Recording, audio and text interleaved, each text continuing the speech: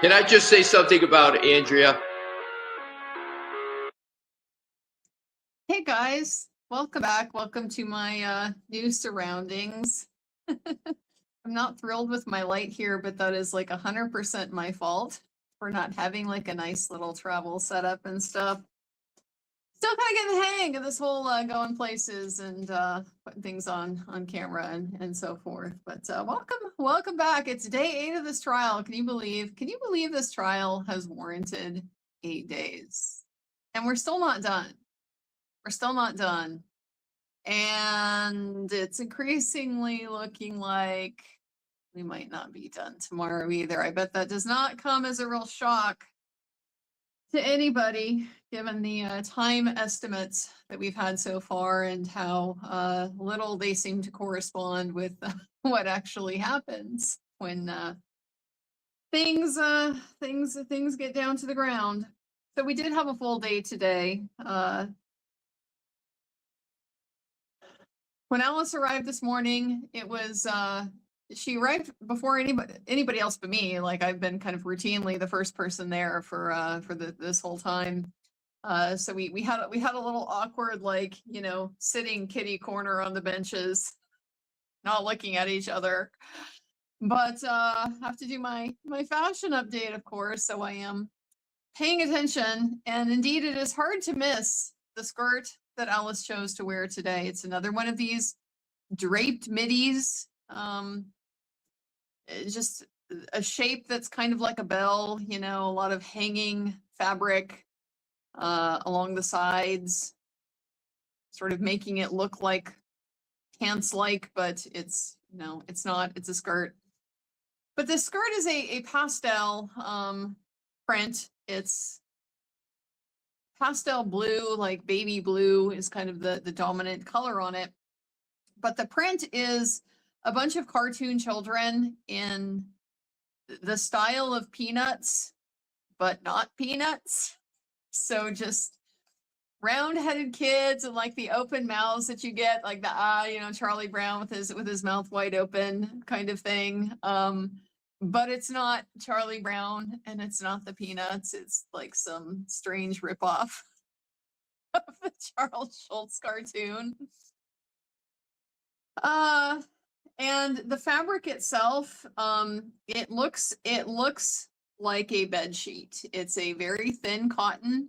It looks like a pillowcase. It does. It looks like pillowcase fabric. So not super impressed with the skirt today. She paired it with she's been wearing these same black ankle boots, you know, and pretty much every single day. The Mankey tank was on top. I did not, you know, see right away that it was the Mankey tank, but yes, eventually the coat came off and then Mankey tank is out and we see it. And then over the Mankey tank, she started with it's a cropped black jacket and kind of along the shoulder into the sleeves and the collar and across the top of the back, but not like the body of the back. So it's just these details. It's this fake black wool.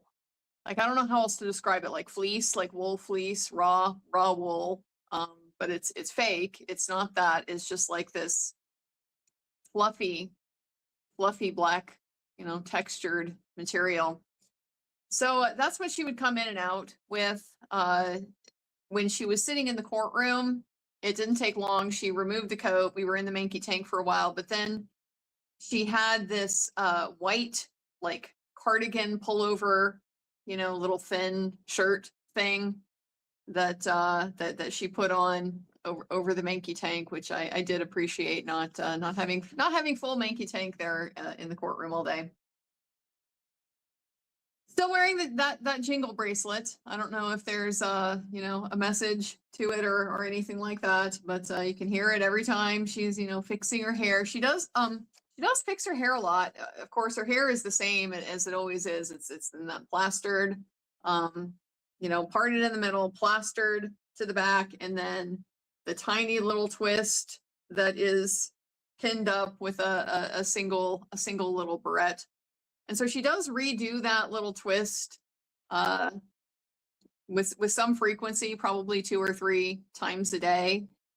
And it's a very like fine motor movement because it's quite a small little twist. So she does it with these 3 fingers, twist, and then puts in the barrette.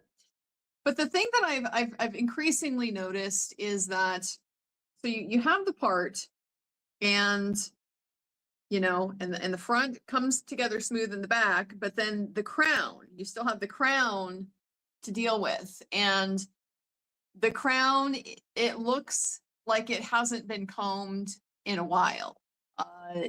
Every single day it comes in, it looks like bedhead.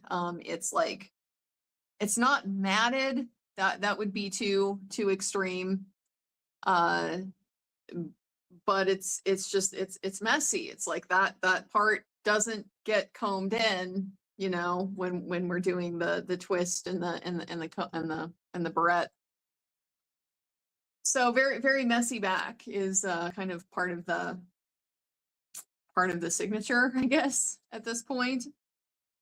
That was Alice today. We did have the announcements again. Yet another new court reporter. So another thing I've noticed, the second time I've noticed, the judge announces the case, and he's been saying Griffin versus Evans. He's been saying Griffin. He said it a couple times now. Don't know if it's just a malapropism, which I don't hold against anybody because I am prone to them myself, or if he, has kind of not paid attention to the case name. Not real sure, but it does stand out. He calls the case Griffin versus Evans. Today, when we stood for the appearances, we had a very normal stand. Not yesterday, like I described it, very, very stiff and awkward. Today was a normal, more just how normal people stand, and a little bit of a nod when she was introduced. No, like big smile or anything like that. So that was today's variation of the stand and state your appearances in the pillowcase, the nursery pillowcase skirt. The judge wanted to verify we were moving on to the case in chief on the financial aspects of the case, and the parties said indeed they are. However, they have reached a stipulation as to the child support calculation that Patrick Green had calculated. And so it settles the child support issue. They agreed it was effective March 1st of this year. There are no arrears on it, neither overpayments nor underpayments. So once again, there was a previous stipulation to this effect. For all the complaints about, Ioan being a deadbeat, Ioan not paying for the children, Ioan not supporting the family and whatever, there has been yet another concession that he has not fallen behind on his child support payments. He is, in fact, timely supporting his children as the law requires. So what is still an issue is the prospective termination of spousal support. So there's a process when they have an agreement like this where they swear everybody in to acknowledge it, go through the terms, and make specific findings by the court. So it's like a formal colloquy that they have, very similar to if like somebody is entering a plea or something like that. You get sworn in and asked a bunch of questions by the judge to make sure what you're doing is knowing and voluntary. And so this was very much that. So Ioan went first. They're sworn simultaneously, but the colloquy, Ioan goes first, and he's just asked, are we adopting and incorporating the ex-spouse calculation that Patrick Green did? Ex-spouse is the software program that California now uses to calculate child support. They used to use DisoMaster. Now they don't. They use ex-spouse. So that's what that is. And that there's a variety of factors that are entered into the formula on ex-spouse in order to calculate the amount. And yes, wants the court to adopt all of those inputs vis-a-vis the tax status, wages, earnings, deductions, etc. And it's voluntary, it's not coerced. He then moved on to Alice. Yes, she would answer the same thing if he went through all of those specific questions with her. So the judge does incorporate the findings into the order. So the judge wants to divert for a moment and ask if there's a differentiation, if there's a distinct calculations for support of child 1 and child 2. And the reason why is because, of course, the oldest child is not far from aging out. So Joe says, yes, it is at the bottom of the page.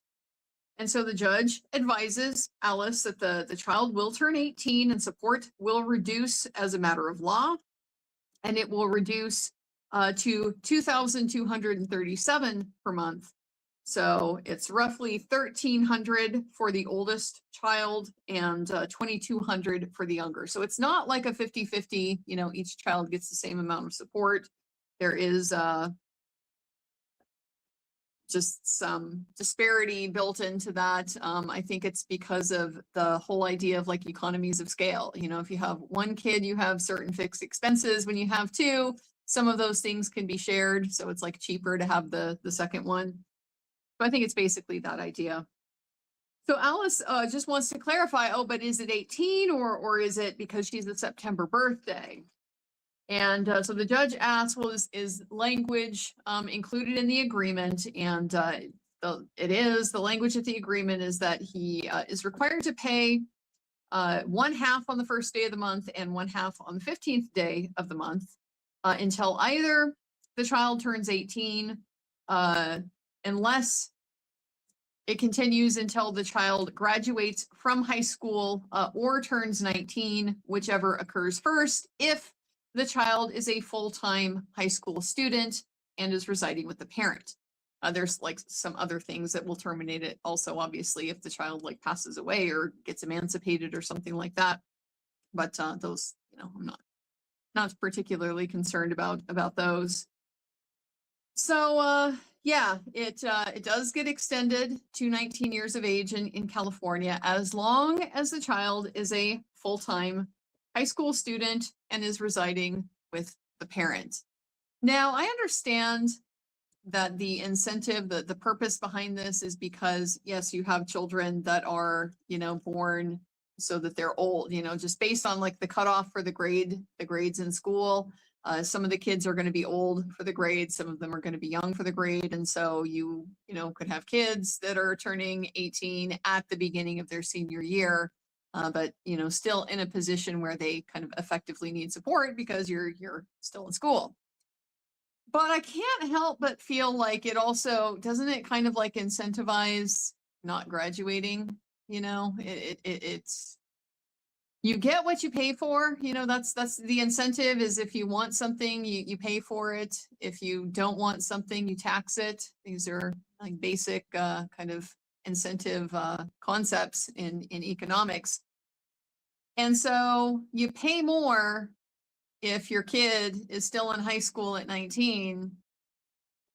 It just, I don't know. I understand the reasoning behind it. It's just, it seems like there should maybe be a better way to tweak that so that we aren't inadvertently creating a financial incentive for,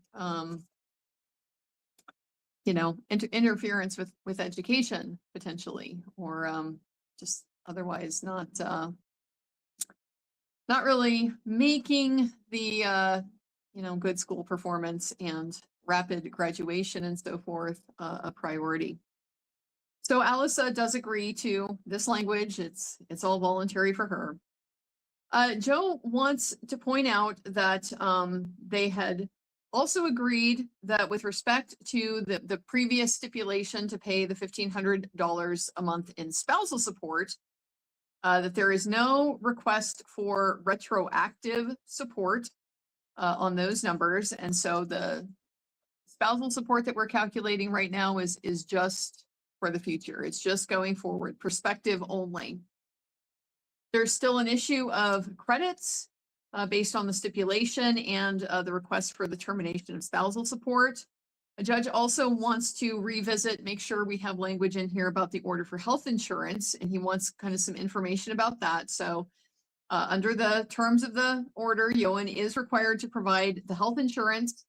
They do have it, he says, under the SAG-AFTRA, and will continue to provide that as part of the agreement. Janina then says, as far as the retroactive support, they are in agreement. In other words, there is none. They are not asking for any. It's prospective only.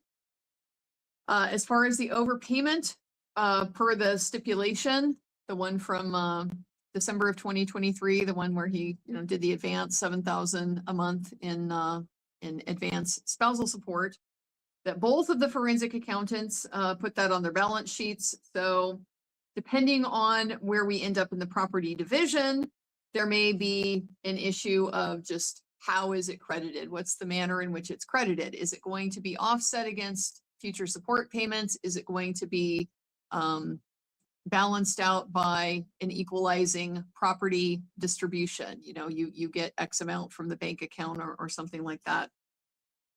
So that's really the only issue as far as that particular credit goes. There's no dispute that it exists and that Ioan is entitled to it. All the rest, of course, does remain in dispute. So the court adopts and incorporates this agreement and orders that it be ordered. Joe is preparing the judgment in the case, and so the judge tasks him with doing all of the paperwork. There's like a gazillion forms, and they're going through and identifying all the, oh, are you going to do the FL that, and I didn't write all that down. I don't care. California, a lot of forms, a lot of standard forms in California for all kinds of different things. So anyway, Joe is responsible for doing all that. So on to the financial case, and Ioan Gruffudd is called. He's going to be the first witness to testify. Scheduling wise, they did discuss that Bianca is going to be coming in, but she can't be here until tomorrow morning because of childcare. So they're going to ask to take her out of order. He thinks we will finish with Ioan today, and then Alice, and then he says we'll do cross and 776 at the same time after she testifies in her case in chief. 776 is this California code provision that says that in family cases, it's part of the family law code. You can call the opposing party in your case in chief, but you can still treat them like you don't have to treat them like you normally have to treat your own witness. You can still treat them like an adverse witness, and meaning ask them leading questions and impeach them and all those types of things. So that's what they mean by 776. He's anticipating 5 hours for Ioan, less than 2 for Bianca, 2 for Alice. Janina estimates about 1.5 to 2 hours for Alice, and then also Diana Lesgert briefly tomorrow for about 15 to 20 minutes. They're also going to combine the cross and the 776 for Ioan. So just rather than call you, because you get to call and then rebuttal, all this stuff, super complicated. They're agreeing to do it that way. She says, as for Bianca, their concern is cumulative evidence based on what's already been heard, and also 352, which is evidence being more prejudicial than probative. 352, if the issue is the spousal should be terminated due to abuse, because if the purpose is just to establish more DV, like it's so minimizing. You just want to establish more DV. I mean, why would you want to do that? What a stupid thing to do. Do we really need to hear more DV? Judge, surely you've heard enough DV. Do we really need to use the time in order to do that? And the judge says, well, his expectation is that everybody is just going to tell me things that I haven't heard so far. You can already use everything that's in the record that we heard from the first part, the DVR renewal part of the case. But he doesn't want to sit through the same case again. So as long as it's not repetitive, he's going to be okay with it, and obviously otherwise relevant to the issues that they're deciding. The judge also expresses that he's concerned that we are not going to finish tomorrow. So he repeats that he had thrown out some dates. He kind of repeats the dates that he had thrown out, and he wants the parties to meet and confer about the dates and get back to him, because right now this case is it's first in line in terms of being able to schedule new dates should they need them, and it might perhaps be prudent to assume that they will in fact need those dates. So because Ioan was already sworn for the whole, colloquy about the child support stipulation, they don't do it again. He's just called up. I did notice I've been calling him Ioan. He calls himself Ioan. I did notice that today, Ioan, when he introduced himself. So I've probably been mispronouncing his name this whole time, but I did write it down specifically, Ioan. So to all you Welsh folks, my apologies. It's not a language I've looked into at all. It does sound lovely, and the more I kind of hear it and hear the accent from it, it does make me more interested, but not something I have much experience with. So Ioan it is. We start with the first exhibit, which is already in, and it is a stipulation to the financial issues that have been resolved, as well as the issues that have been reserved. As far as the issues have been reserved, one of those was child support. That's now been resolved today, so we don't have to worry about it.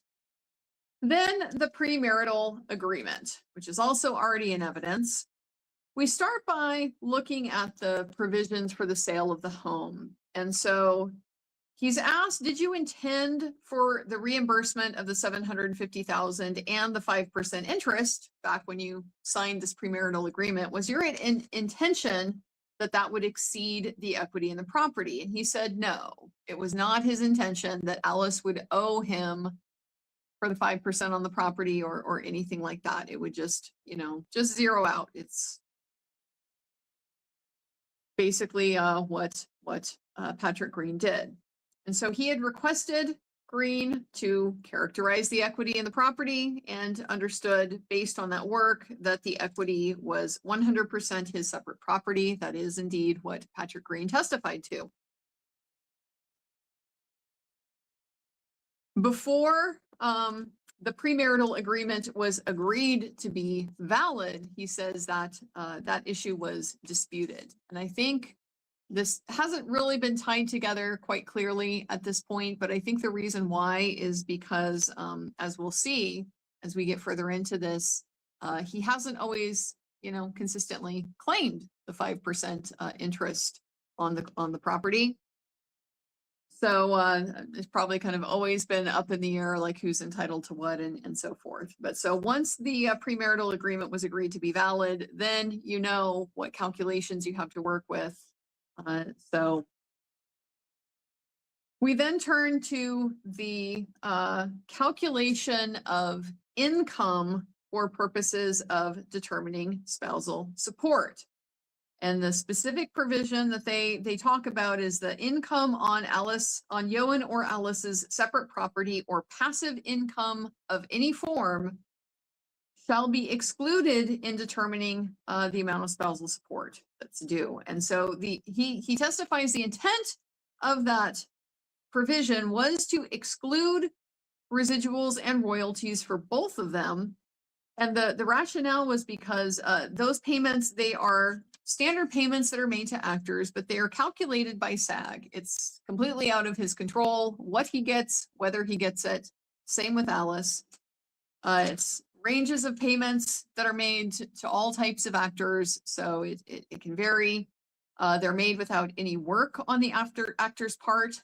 And so for simplicity of accounting, it was determined to exclude them for either party. I don't know how they're accounted for. I have no idea, how it affects the accounting or not. But that was the explanation. He has no control, again, over the amount of the payments. They come from the Screen Actors Guild. They diminish over time for any particular project. He doesn't recall any other consideration going into that particular decision to exclude the royalties and residuals.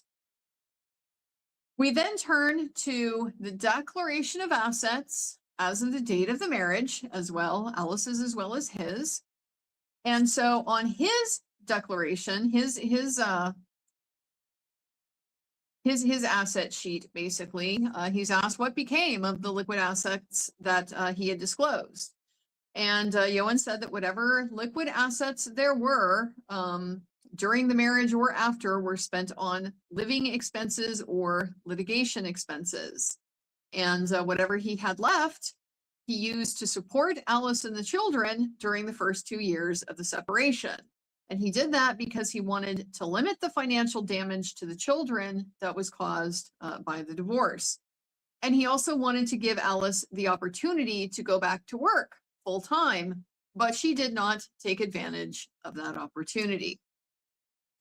Janina moved to strike that part about Alice not going back to work, but that is overruled. The judge says, I will weigh that as I see fit.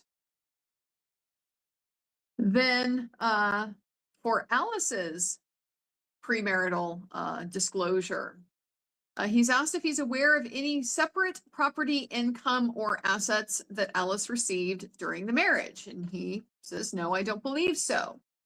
And specifically then, did she receive any inheritance or any large gifts from family during the marriage? And he said he's not aware of that. She never told him of anything like that. He's then asked if Alice had access to any community funds that she could have transferred to the HORS account, her UK account. It's kind of a funny name, HORS, but HOARES, the HORS account. And he said, yes, we had a community bank account and funds would be transferred from our earnings, him from his loan out corporations, hers for her just individual payments. I guess she never had a loan out corporation in order to take care of living expenses. And he was not aware of any other community accounts. Asked if he's aware of Alice's claim that he fired the nanny, he says yes, he's aware of that claim, and his response to that was that after a year, he was no longer able to afford the nanny, and also Alice wasn't working, so there was no need for the nanny. And also, he believed that Alice had hidden funds with the nanny. So we're turning to an exhibit, but the judge wants to pause here and ask his own questions, and they're quite good questions. So the judge wants to know, what do you mean by hiding funds with the nanny? And so Ioan specifies in December of 2021, Alice transferred funds to the nanny while I was still paying her wages, and that December 2021 transfer was in the amount of $40,000. The judge wants to know if that's the only transfer. He said no. Between February and April of 2022, she also paid the nanny via a City National Pocket account of his, and those payments were made out to $13,500. And he learned about it because he was alerted by his business manager that the account was running negative. So apparently relies on the business manager to monitor those accounts. There were then two other payments of $24,000 each in May and June of that year for a total of $48,000. And so those were made from the community account at HORS. So those were all of the sums paid to the nanny. I totaled them up. I put it wrong in the video description. I'm going to have to go fix it, or maybe Jeff can fix it. The math totals to $101,500 that was transferred to the nanny between December of 2021 and then May and June of 2022. So that's some pretty good work. Some pretty good work for a nanny. Also, of course, the December one overlapped with she's already being paid her salary. So can't really explain that one away as like, oh, I was, Ioan had fired her, so I was prepaying her or something like that. We did not get an awful lot of context, to be able to make sense of that. We don't even know, like, when exactly did the nanny stop working. We don't know what was the nanny paid. Like, in order to kind of compare these amounts. So I do hope we kind of come back to that and get more details, because I'm certainly expecting Alice is going to be asked about this. But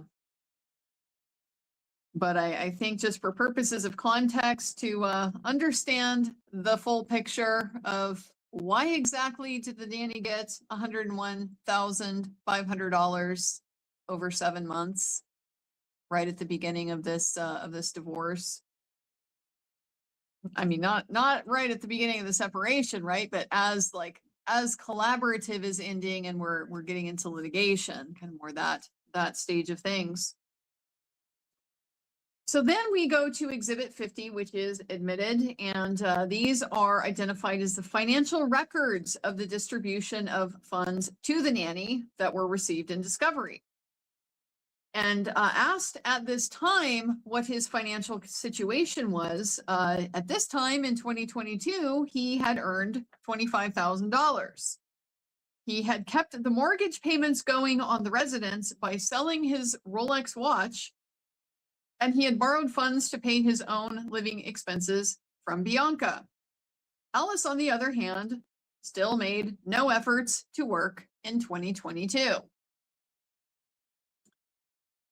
We move on to the order for the sale of the residence. This has been in the public record, for a long time, pretty much since it happened.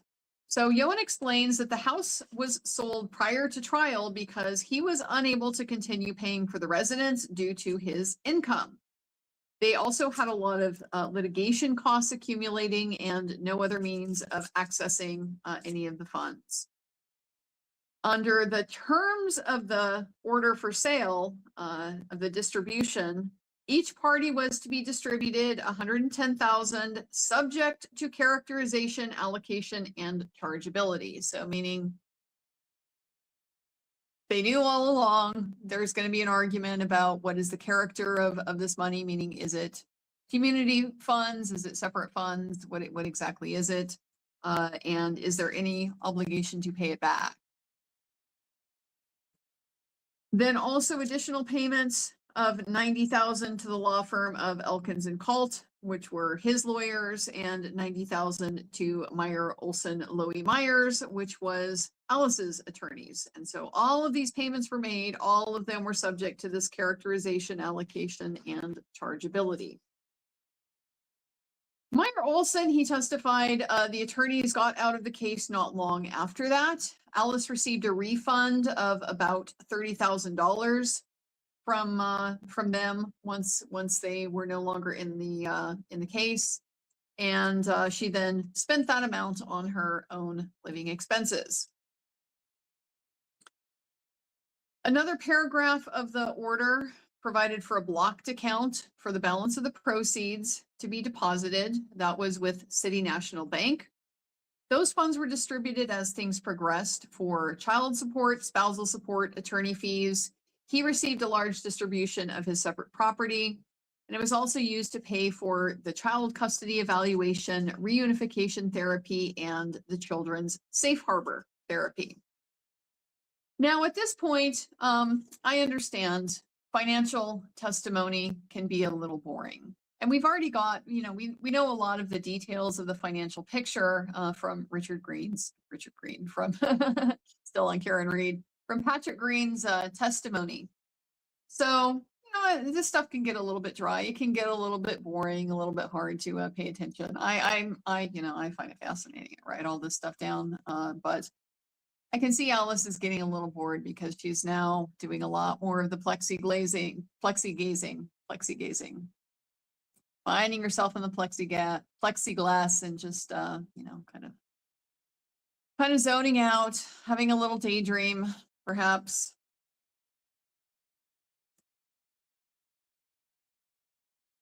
We move on to Exhibit 7, which I think is one of the earlier stipulations. It's already been entered. It provided for it's got some provisions for distributions from the blocked account. So it provided for payments for attorney fees and costs, a payment of basically anything in excess, payment of everything that was above and beyond $150,000 that was left in the account after all of these distributions to Ioan as his separate property. I was kind of interested in how much that was. I could sit and try to figure the math, but I haven't. So I'm not really that curious, but I am a little bit curious. And then also interim child and spousal support was provided for. Those support payments, he says, were made. Janina objects that this is, the payment wasn't from the blocked account, and the judge sustains that it's read a little bit different. And so he clarifies that the advance, this is the order that has the advanced child and advance of spousal support, says it was paid from his separate property share of the proceeds that were distributed from the blocked account. So they're just wanting to clarify that the support isn't being paid with community funds, because otherwise Ellis is going to come back and say, you have to repay me half of the total amount of all of this support because it was my money in the first place. So just clarifying, the support was paid from his separate property proceeds. The next order and stipulation, which was, I believe, the one in December of 2023, it's Exhibit 10, is now admitted into evidence. So he's asked if he made efforts to pay support. Oh no, this must be after that. This is the one from September. This must be the one from September 2024. So he's asked if he made efforts to pay support after April 2024, when the payments from the previous stipulation, which was the December 2023 one, when that ended, because that was a temporary arrangement. It was not intended to be, it was literally just from December to April of 2024. So Ioan said he offered an agreement that Alice would produce all of her account records so that we could calculate the support moving forward. Remember, at this point in time, she still hasn't stipulated to the premarital agreement. And so if you're going to calculate support, frankly, under both of them, because it's possible she could have out-earned him, but in order to calculate guideline support, you need to know the income of both parties, and same thing with child support as well. So he asked for the records. She would produce the records. They could calculate the support going forward. He said there had been issues with production up to that point. And so the implication being that was part of the reason for making this request, making this proposed trade. Send me your records and we'll do the calculation. Seems pretty reasonable to me, given that the records are necessary in order to make the calculation. But I suppose it's unreasonable if you want to just be able to demand an amount of money without having to substantiate that in any way at all. Then having to produce records is probably abusive or something. In terms of the child support in this particular order, it was retroactive to May the 1st. We next have a letter that was sent on June 17th of 2024. He was copied on it, and this is the offer. So this is the letter, presumably from Joe's office to Janina's office, containing the letter. And Ioan said she did not produce the records requested, and they were not produced in a timely manner. And so shortly after that, they sent a deposition notice to appear and to produce records. She filed a discovery motion to avoid that deposition, and she lost that. And in that ruling, the court reserved on discovery sanctions. I had forgotten about that, but it's just like, of all the grounds, the bases to like keep chipping away at the support obligation from a pure math standpoint, like regardless of the whole abuse side of it, there's a lot to work with here. We've got this sanction. We've got the potential ANCA sanctions that were requested. We've got the prevailing party fee for the DVRO renewal. We've got the Gavron warning. It's like they're, and that's just, we've got the stipulation. We've got the, argued overpayment and all of that stuff. So A lot of math potentially to have to do. Alice did sit for her deposition in 2 sessions at the end of December of 2024 and then again in January of 2025. She did not accept the offer to produce the records and have the child support calculated. So instead, rather than, accepting the offer, she instead filed her request for order, her RFO for spousal support, child support, and attorney fees in June or July. He responded, and the date was set for a hearing in September of 2024. The stipulation that was from Exhibit 10 was reached at the end of that hearing. That was the great photography hearing. That was the one that I was at, the first one I went to. And one of the reasons why her DVRO got renewed. He said that he did pay interim support. He paid $15,000 in child support at the rate of $3,000 a month for the period of May to September. And he paid that amount because it was around about what the guideline child support would have been as it was calculated by Green based on the information that they had. And they made that retroactive. He did not pay interim spousal support during the RFO, meaning he didn't make monthly payments. Remember that carefully worded question that Janina asked at one point during the DVRO renewal? Were you making monthly payments to Alice? No, he wasn't. Why not? Because he, according to the stipulation, he was owed a credit, which should have been applied. She had literally just got done getting like 5 times, 4 times, I don't know, the amount of support that she ultimately ended up being entitled to over this whole time frame, and somehow couldn't subsist on like 4 or 5 times more than she was entitled to receive. That's why Alice was so destitute, and that's why he abandoned them and left them high and dry, because 5 times more roughly than he was required to pay her wasn't enough. We had our morning recess at this point, and this is the first time the jacket comes off and the manky tank is out. It's out. She's got a scarf paired with it. Like, it can't be that hot if you've got a freaking scarf on. But then she does add the little cardigan, the little cardigan top. The judge he lets us know that we're going to stop at 11:45 for lunch today because he has a noon meeting. So it's going to be a long lunch. We go back to Exhibit 10, the stipulation, and he testified the child support that was ordered. He timely made those payments. He is current as we sit here now on his payments of child support. He timely made the payments to Alice for her support.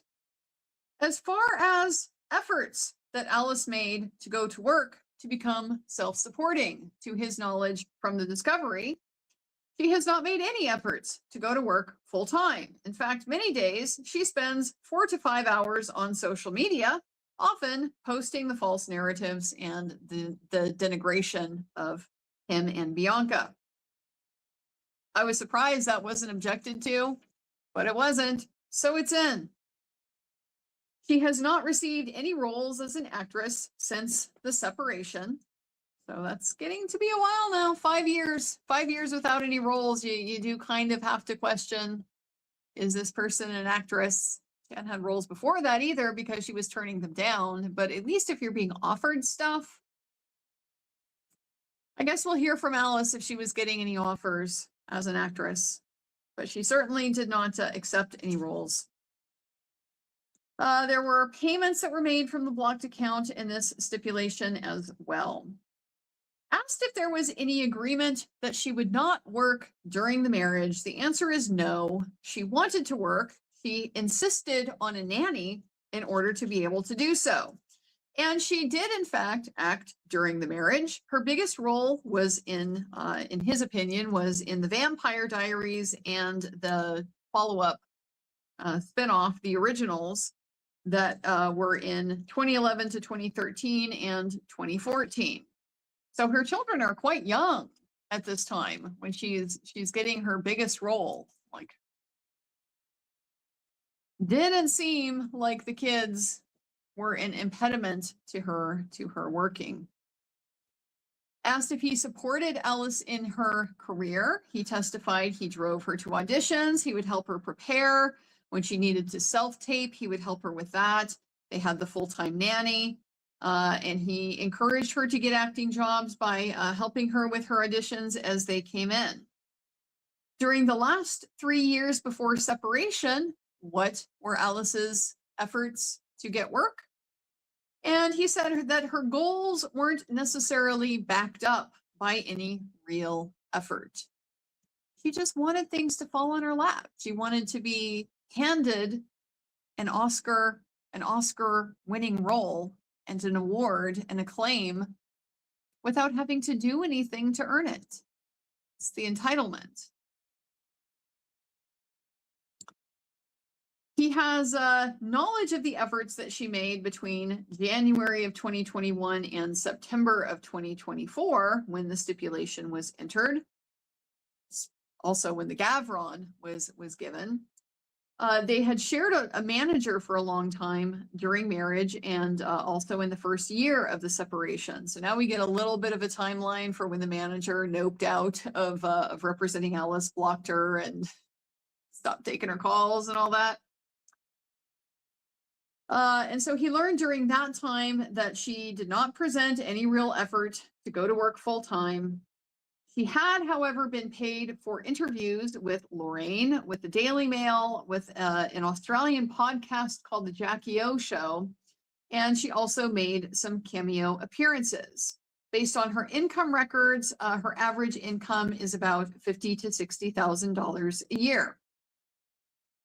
From the shared manager, he learned that the efforts that the manager was making to get Alice work were not being acted upon.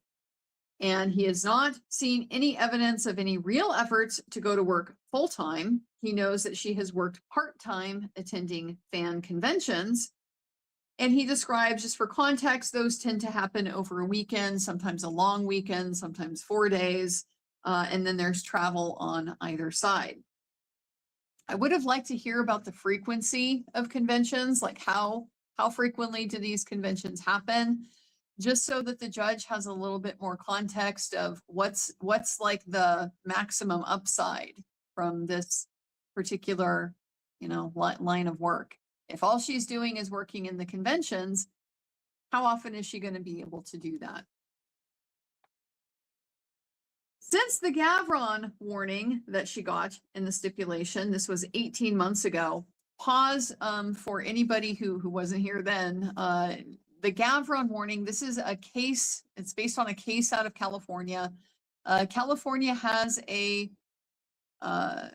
premise, a principle that both parties to a marriage, both spouses after dissolution, need to make reasonable efforts to become self-sustaining.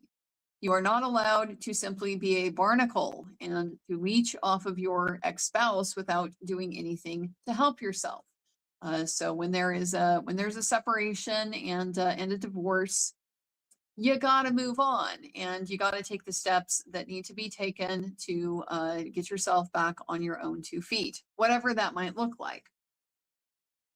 And so she got this warning back in the September 2024 stipulation, which is basically saying if you don't make reasonable efforts to become self-sustaining, then you can be sanctioned for that. You can be sanctioned with a loss of spousal support, other forms of sanctions.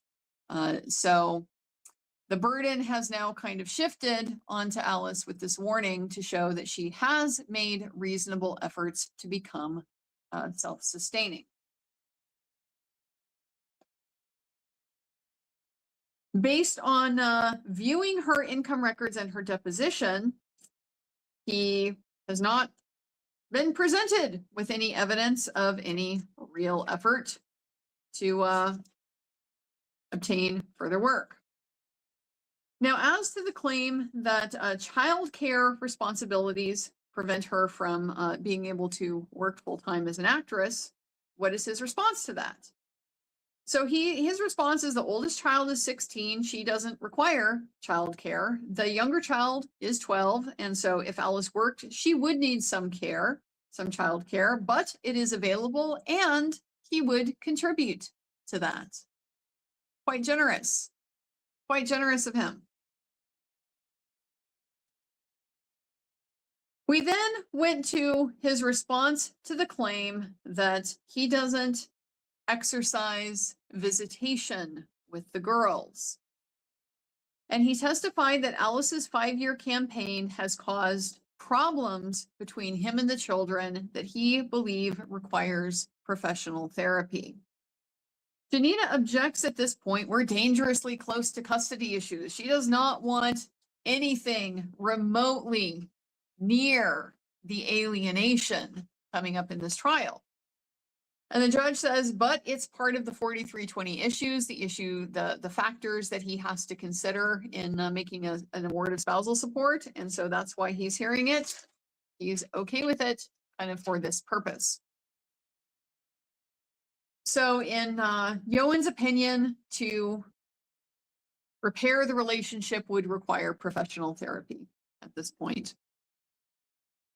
Asked to respond to Alice's narrative about being evicted. This question is objected to as argumentative and lacking foundation, and the judge agrees. He says, I'm not aware of the facts, so you need to set this up. So he then asks about his response to Alice's public narrative about the eviction, and then this is objected to as well. And the judge says, look, I don't need the smear campaign anymore. You know, we're past that. That's already resolved. What we need to get into is the finances. So you can go into this financially, but I don't need to hear the other part anymore.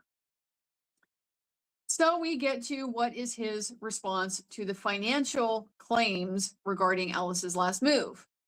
And so Ioan's opinion is that she moved into an apartment that she couldn't afford. There was an expectation that he was going to make up the difference.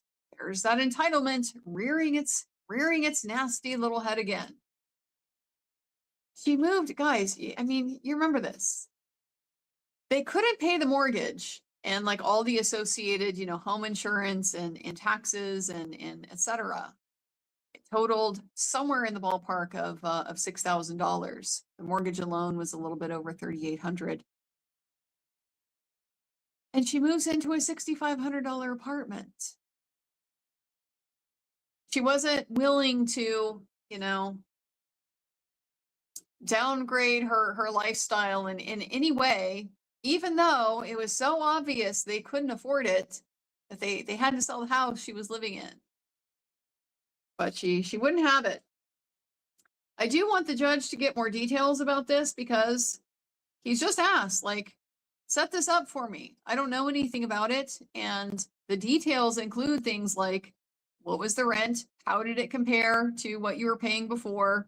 To give some context to Ioan's opinion that this wasn't affordable. Where was it? What was the necessity for her to be there? All of that type of thing.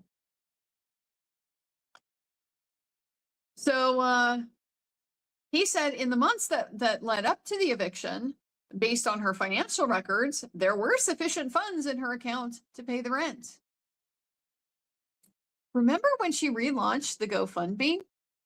She's had this GoFundMe since I forget when she launched it. June of 2022, was it? It's on my timeline, wherever that is at this point. It's still over on Substack. It's on my timeline. She launched the GoFundMe, and can't afford, down to my last dollars, need help with attorney fees and things like that. She kind of relaunched the GoFundMe during this eviction process because she needs a security deposit and moving expenses and things like that. She's just so broke. No, as it turns out, she had enough money in her account to pay the rent, and she's not paying the rent. So that money remains available. So $6,500 a month Turns out she didn't pay rent. We know this from other court documents between December and May, December of 2024 and May of 2025. So $6,500 a month for 6 months. I forget the math on it. $38,000 she had available to her over this time period. And she has the fucking balls to be out there begging on her GoFundMe from people who have significantly less than she does. The brass neck, as the English might say, brass neck on her. So she had sufficient funds, but due to overstaying, I guess one is going to be evicted, he says. Yes, if you overstay without paying your rent, you're going to be evicted. So she had the money, she didn't pay, she got evicted. She used that to relaunch her GoFundMe and to create this new phase of the smear campaign. We're being, we're destitute, we're being thrown out of our house. Husband doesn't care. She was this was during the time frame when she was back to making specific comments as well, and some of these were, I'm assuming, we haven't seen all of the posts yet, but this was in the time frame when she was making posts talking about how, my husband's not helping and my husband left us high and dry and my husband doesn't pay and things like that. So some of those statements, I am presuming, are among the ones that were treated as violations of the domestic violence restraining order. The divorce from Alice was final in approximately August of 2023. We look at the divorce judgment, and that has a provision. That's where the provision is that he's required to provide health insurance to Alice. So he's asked, what steps did he take to provide, to comply with that obligation to provide health insurance for Alice? He said, at the time, we were all covered. We were all on a covered California plan. But after the, formal divorce, the bifurcation, since she was not my spouse, she couldn't be on that plan anymore. So I made efforts via my prior counsel to have Alice take part in obtaining insurance. And so specifically, he had lined up this guy whose name is Frank Father. He is at the Actors Fund, and Alice's prior counsel had given assurances that it wouldn't be a problem and that she would follow up. This Frank Father guy had helped Ioan to get insurance in the first place. So that's kind of how he knew to go to him. He's like a kind of broker with an association with the Screen Actors Guild. So through counsel, he had asked Alice to get in touch with Frank Father to get the insurance. So he first contacted Alice to get her cooperation immediately as soon as the divorce is done. And Alice did not cooperate. So then he made continuing efforts through his current counsel by way of, another request, reminder, you need to go get in touch with this guy.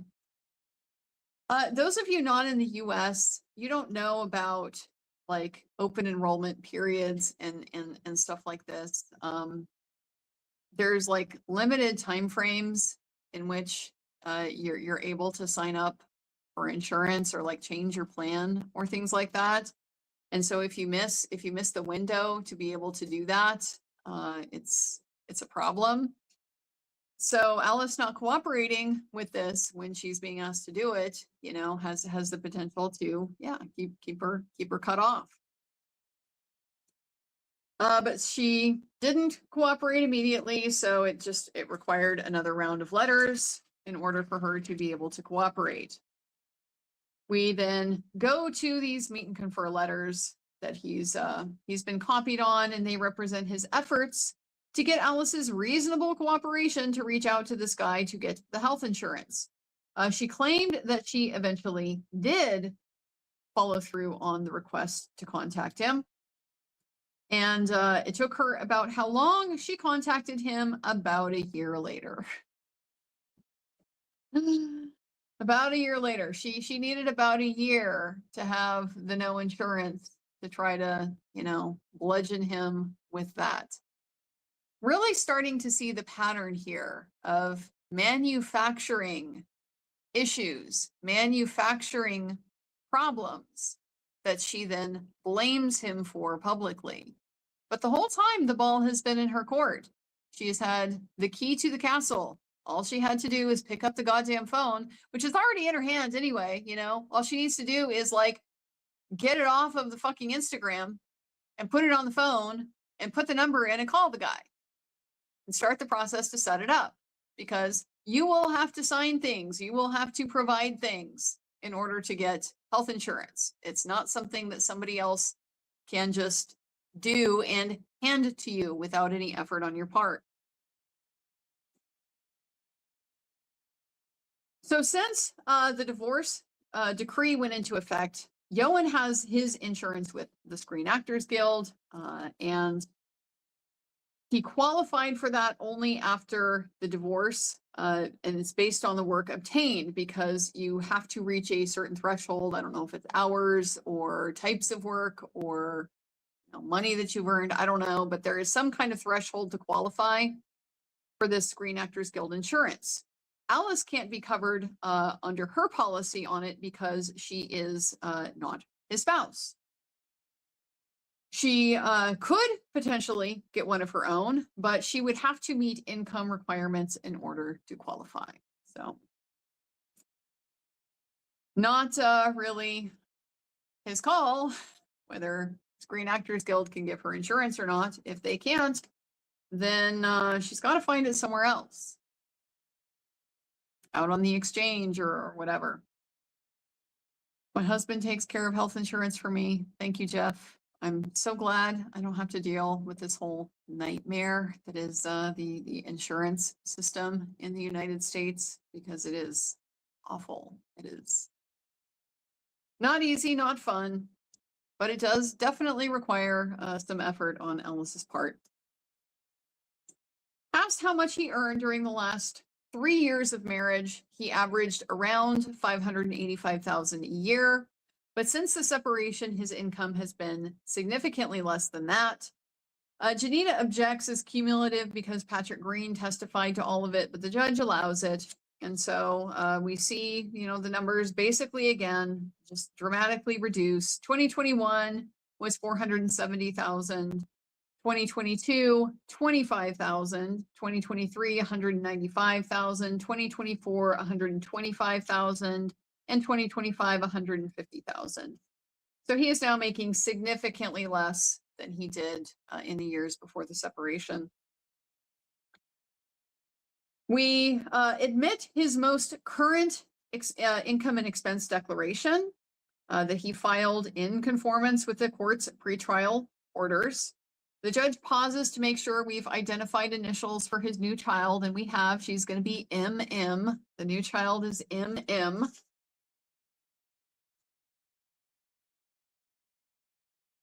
So asked to describe his current lifestyle, he describes it as middle class. His rent payment has recently gone up to $5,400 is the only correction he made. It was listed as $5,100. There's been a rental increase. They're very common, I think, especially in Los Angeles for any unit that is not rent controlled. Rent payments go up with some frequency. I think there might be a law, regardless of rent control, that limits the amount that they can raise the rent each year to no more than, I think it's 10% of the prior year's rent. So there's like some limit on it, but ultimately it's a high demand area. So rents go up and up and up and up. For this, they get a 2-bedroom apartment. He also pays the $4,500 in combined support to Alice. There was a box that he checked on this form about other information regarding support. There is, and that's an attachment. It does not include the attorney fees that he owes to Joe, but it does include a list of attorney fees that were paid. And so he identifies Leon Bennett, Meyer Olson, Bernard Ojeda, and Janina as Alice's lawyers. The others were his, and then also the minors' counsel that had been appointed to represent the children during the time period between Ella's restraining order application and then the custody stipulation. He also filed a final declaration and disclosure that comes into evidence. This is FL 140. For anybody who's familiar with the forms, I'm not, but that's the form. He's asked if there's anything to add, and there's an objection to this as being ambiguous, and the judge is like, it's a 300+ page document, so maybe be a little bit more specific. So we're only looking at like specific pages where there's statements that he made, and he says that he would add one, which is regarding the property, that his income from the sale of the house had that 5% per year provision. Now, I put a little note in my margins. How did this not happen before trial? How was this not done before trial? This, to me, is an oversight by counsel. If the reason why the 5% had not previously been included was because, on the one hand, the premarital agreement hadn't been stipulated to. Okay, and I suppose that didn't happen until the 11th hour, so it's possible that this preceded that. But the timing, it would be good to have. We need to have some clarification on this.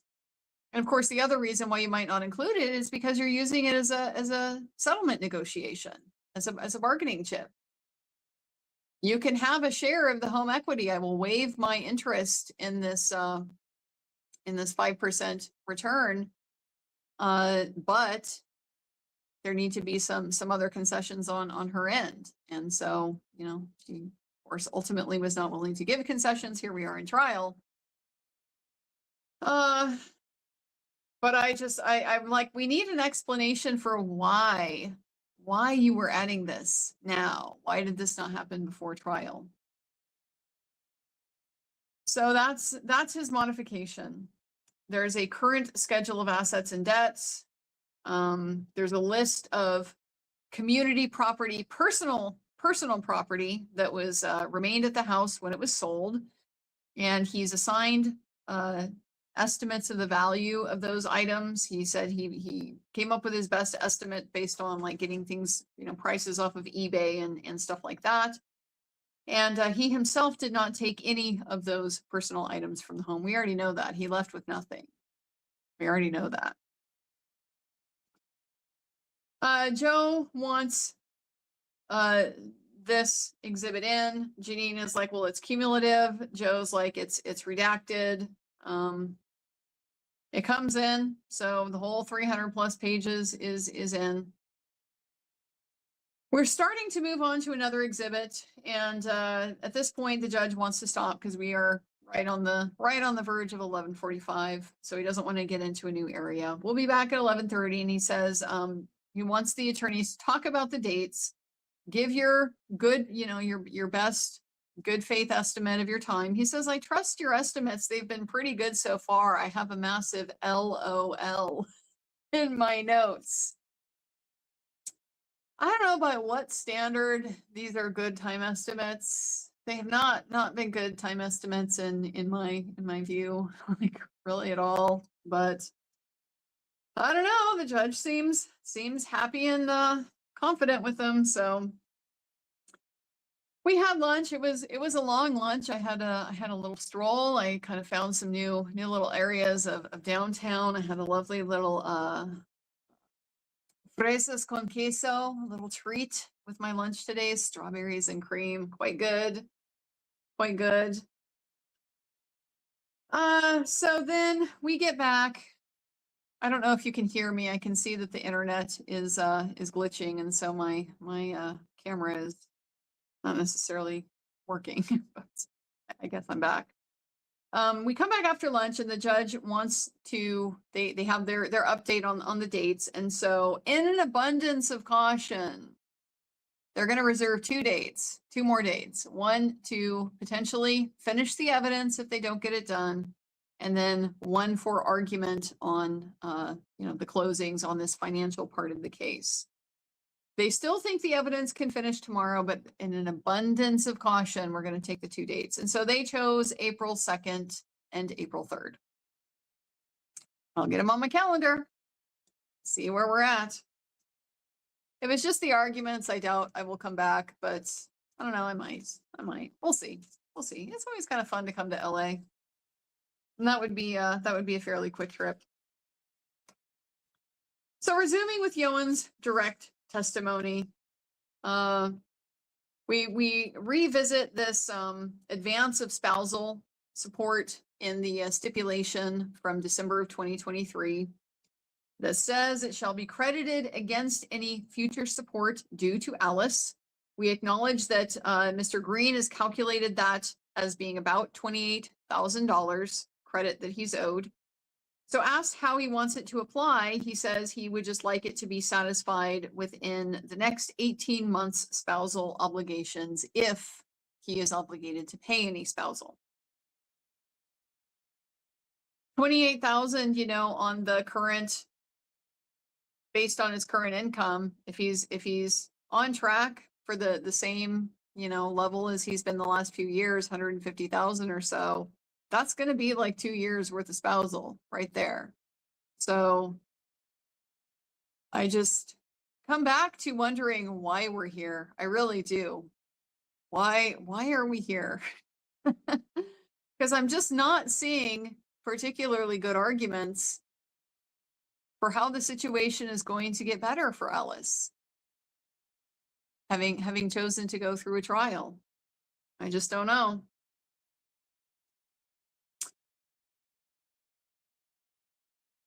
There's we turn back to this other exhibit 5, and we flip back and forth through so many exhibits that I can't see that it gets very difficult to kind of keep track of what's what. But I think this is the one that had the distributions from the sale of the home. This was the order for the sale of the home, I believe. And so asked about, what does he want to do with the $110,000? What does he want the court to do with the $110,000 that Alice's was distributed when the house was sold? And he says he wants that to be charged to Alice because that was out of his separate property. And he's overpaid support in the first 3 years since the separation, based on the analysis from Mr. Green. The money from the house is his separate property. And then the $90,000 that went to Meyer, the Alice's law firm. What does he want to do to that? And he says he respectfully wants the court to allocate that to Alice, that obligation to Alice. They had been in the litigation process for 5 to 6 months. In that time, Meyer had put together the stipulation for the sale of the house. They had participated in some discovery and some custody issues, but things really didn't advance while they were on the case, and they charged significant fees. He's asked what number attorney were they for Alice. I'm pretty sure they were 3. They might have been 2, but I think they were 3. She had her original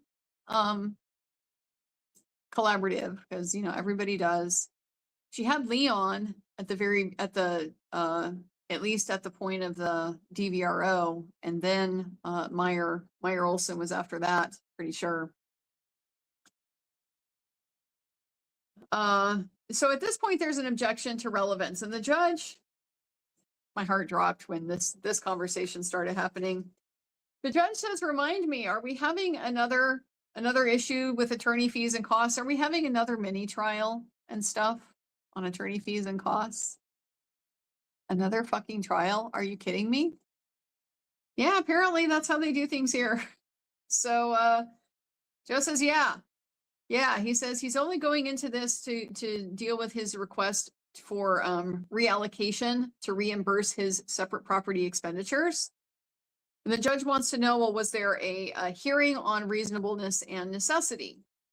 And there has not been. So if you're like challenging somebody else's attorney fees or having to pay somebody else's attorney fees, any attorney fee award always has to be reasonable. What that means varies. Lots of different ways to calculate it. The quote unquote lodestar method is the most common way, and that is just the reasonable amount of time spent multiplied by the reasonable hourly rate. And so you run the risk if you have an attorney that really wastes a lot of time that isn't necessary, does a lot of duplicative work, or charges ungodly hourly rate, that you're not going to get full reimbursement for all of that. The court's going to cut it down and say, it's not reasonable because of X, Y, and Z. So that's what he's asking about. Was there any kind of hearing for these Meyer-Olson fees on the reasonableness and their necessity? And there has not been. So he says this should just be conserved. This should all be just reserved for the attorney fee trial that we have.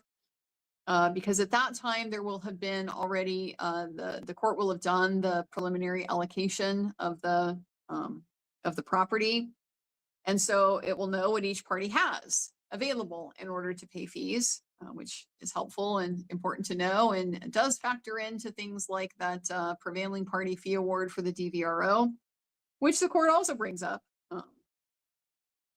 Not quite yet, but he says he can. So he can do a preliminary, allocation at this point and then just reallocate property to cover it when they get to that point. As long as you do it fast, Judge, because if she's got access to it, got to make sure it doesn't, vanish into the little shell game of transfers and movements, or even just the black hole of whatever this stuff gets spent on. So he says this is a later issue. Janina asks, in the interest of efficiency and so forth with the court and minimizing fees, she doesn't want to spend more time on this. She's already worried about not getting paid. She wants to know, would the court consider just dealing with this on briefing? And so she refers to 2030 and 2032 requests. I'm assuming these are the code provisions. I haven't looked them up, but I guess I will at some point. Anyway, the judge says that these require supporting evidence. Then hypothetically, there's also as well the issue of the DVRO prevailing party, because you do have to make the request for that. It isn't automatic. It's just mandatory, presuming, that the ability to pay is established. But you do have to make the request to trigger it, and that hasn't been done. But that is also, they talked about that process. It's normal. He says they wait until after it's done and then file the motion or whatever. In this case, since there's so much already going to be going on with that, just lump it in with the overall request for attorney fees and costs. He says he will not just rule on the papers because they have a right to have live testimony. So it is common that the attorneys will just say, no, we'll brief it and then we'll come to argue. But they do have the right to present live testimony. So he's not going to prevent them from being able to do that. He says they don't have to decide today.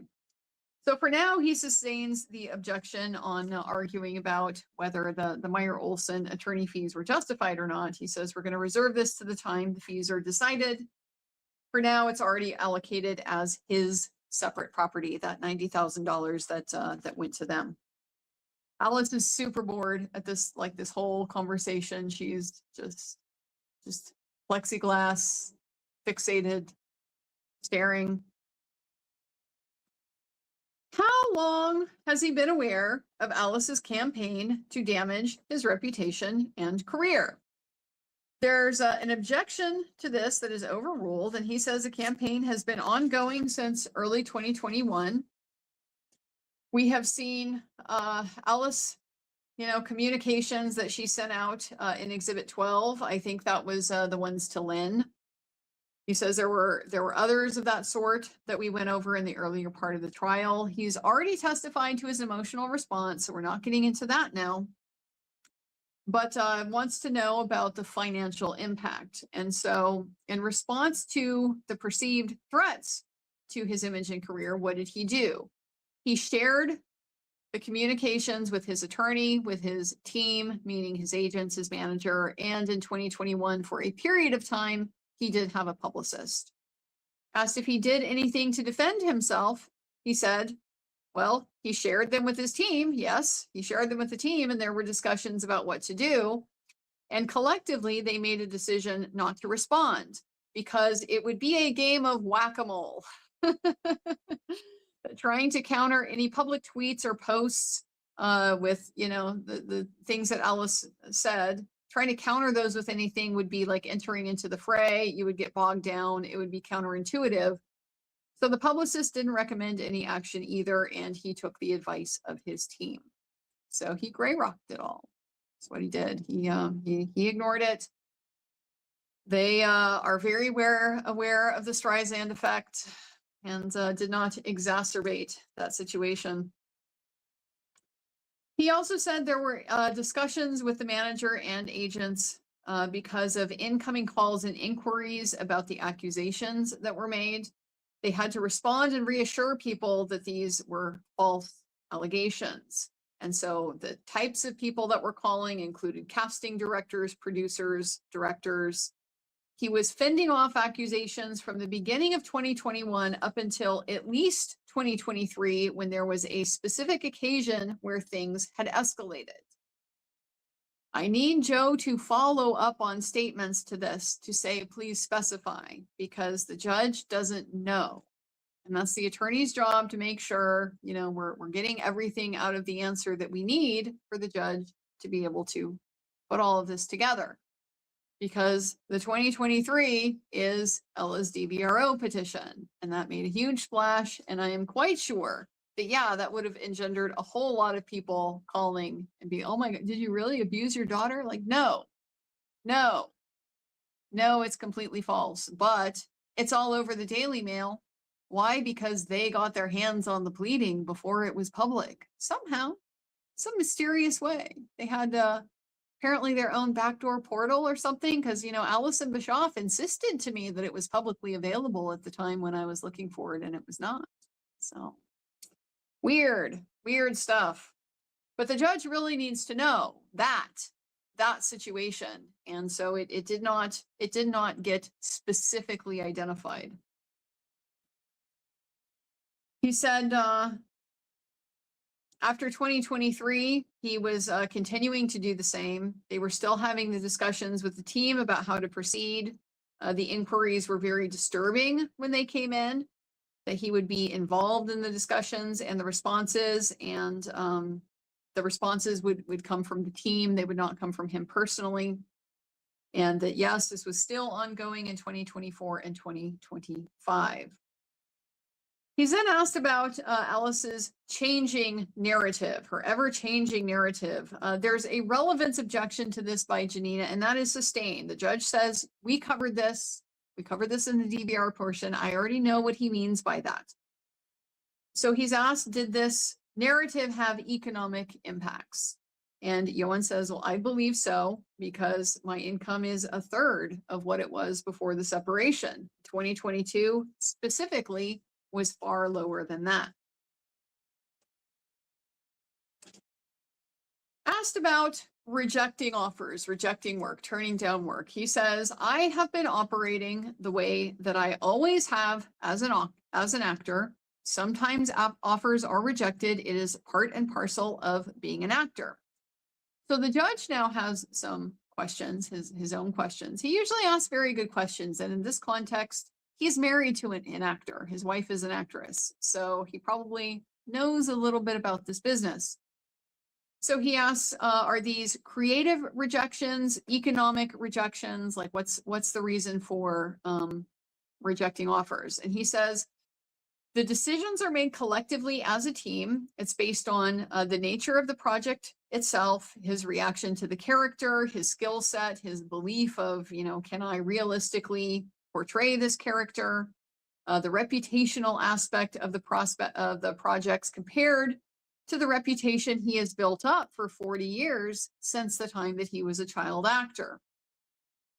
Often also projects will be rejected because of conflicts with other projects. The judge asked, have you rejected work because the pay was too low? And Ioan said, well, often the process is that you make the creative decision first, that the fees come up later. And so often the offer, when it comes in, it doesn't come in with a financial offer attached. You start with the kind of creative side of it. And you have this collective conversation with the manager. He's got 2 agents here and 2 agents in the UK. So those all are part of the conversation about whether he should accept a role or not. There's a January 7th, 2022 email. This is one of the ones to Lynn. The one, however, it's fine for other people to hear rumors because after all, isn't that what he and she have been doing with their sock accounts? And so I'm happy to hear he's throwing us out of the house and yada yada. This is one of the emails that is attached to his renewal application. We identify that Tone is referred to in this message. That is Alice's brother. And his understanding of this was that she was directing Tone towards participating in the campaign against Ioan and Bianca. I have a little note in my column here. Are we going to deny this? She's making a claim in this, that they're doing the same thing that she's doing. We already know that she's doing it with the fake accounts and so forth, spreading rumors and all that. Are we going to deny that? It's kind of important for the judge to know Alice is not correct when she's making these accusations. These are, yet again, false accusations from Alice about what he's doing. But he wasn't asked. So I once again, kind of hope they follow up on that because there is otherwise a risk that the judge is going to have a wrong impression. You didn't deny it. She said it. You were doing the same thing. Therefore, this is a both sides kind of situation. Would really like that to be denied explicitly. So I hope they come back to it, but we will have to see. Another email from Lynn to Alice. This one says it's January 12th of 2022. This is one of the ones that is new, the language from this one, but listen. So Tony is having to respond to a lot of questions and he's not sure who is legit and who is not. I told him that you two are like on the up and up and he's the only other person so far who knows everything. And he asked what to say to people. I told him to say I'm taking a break because I need one and I don't want to say something in the heat of a moment. And then something about that's what I told Tone to say too. So at this point, the judge, now Alice is starting to, she's starting to get, her attention has been caught by this, email, these series of questions and bringing tone up. So she's starting to show, I don't know if distress is exactly the right word, but she's getting animated. She's looking at it. She's talking to the lawyer. She's like, she's a little outraged that we're going down this road. So the judge at this point stops. He wants an offer of proof about the relevance of the question. Because the judge says, I think it's 352. This is not connected up to any relevant issue. We are just going over things that we have seen and heard before. We are on the finances now. He's like, I don't need to replay the tape of what I already heard. So how did it impact his earning and reputation? That is what is relevant and what I need to hear. So Joe says there is additional evidence about the depth and breadth of the abuse that is relevant to the termination of support. And the judge says, well, so then ask it that way. You can do this a lot more efficiently than what you are doing right now. Go to the economic questions. Judge making it crystal clear. He does not want to hear any more about the campaign. He has already bought into the campaign. He knows it happened. He knows that it was coordinated. He heard this testimony. He doesn't need more details. So he's asked, how did Alice's engagement of her brother in this campaign affect you economically? And Ioan said, I believe that his facilitating and spreading these narratives were part of a greater campaign that affected my economic situation. We then get some more tweets from Alice. These are now Exhibit 88. Takes us a while to get the foundation for them in, but they're in, but then we don't talk about them. They're just in. Then we go to Exhibit 89, and now Alice is shaking her head when 89 is brought up. And Ioan is asked if he's familiar with the pages. Yes, he saw them around November 15th of 2021. We start with page 1. It's a tweet by Tony. He is responding to deleted tweets, which had been by his sister, Alice. And he knows they were from Tony because he recognizes Tony's face in his profile picture. Alice at this point is now pulling out Kleenex. She cannot bear to hear Tony mentioned. God, the horrible things that Tony had to say, the awful things. He was just particularly gross, really misogynistic, super nasty, and like creepy. It's just awful. Tony was awful online, but Alice is just overcome, just pulling Kleenex after Kleenex. Overcome with emotion.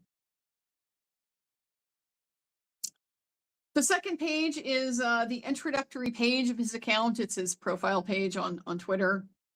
He knows that because he recognizes his face. Alice is wiping her eyes and sniffing at this point. And on his profile, it says he had joined to show support to his sister. And so that's what Ioan understood his purpose was in joining Twitter. We now have another objection by Janina to the relevance. And Joe offers these as an admission of a co-conspirator under Evidence Code 1223 or a adoptive admission by Alice. Janina argues these are hearsay and also 352, not relevant, more prejudicial than probative. So the judge asks, co-conspirator, okay, we're looking at this rule that says a co-conspirator in a criminal or civil wrong. What is the civil wrong? And Joe says a civil wrong is the denigration of Ioan and Bianca. I'm like, you need to say defamation because denigration is not a civil wrong. Defamation is. And there were definitely defamatory things that were going on in this campaign. That's the conspiracy. So I don't know. He did this twice. He started to say defamation and then he stopped and he said denigrate. And I'm really lost as to why, as to the thought process behind that. The judge, I don't know that it matters. The judge does not understand the hearsay rule or its exceptions in any way that I understand it or am familiar with, like, its common understanding. The judge says there's 2 exceptions to the hearsay rule. These statements are not being made by the speaker. It's not statements of a co-conspirator because the speaker has to be the party charged making the statement. I'm like, what? What? Statements of a co-conspirator, hearsay exception. Whole idea of it is, if you got a conspiracy, statements by anybody who's a party to that conspiracy are an exception to the hearsay rule. Literally what it says. And it is used to present out-of-court testimony all the time, precisely because it is an exception to the hearsay rule. And so this is one, I've encountered this one a fair amount because it comes up a lot in criminal cases, probably a lot more than it comes up in civil cases. And so I have never come across this interpretation where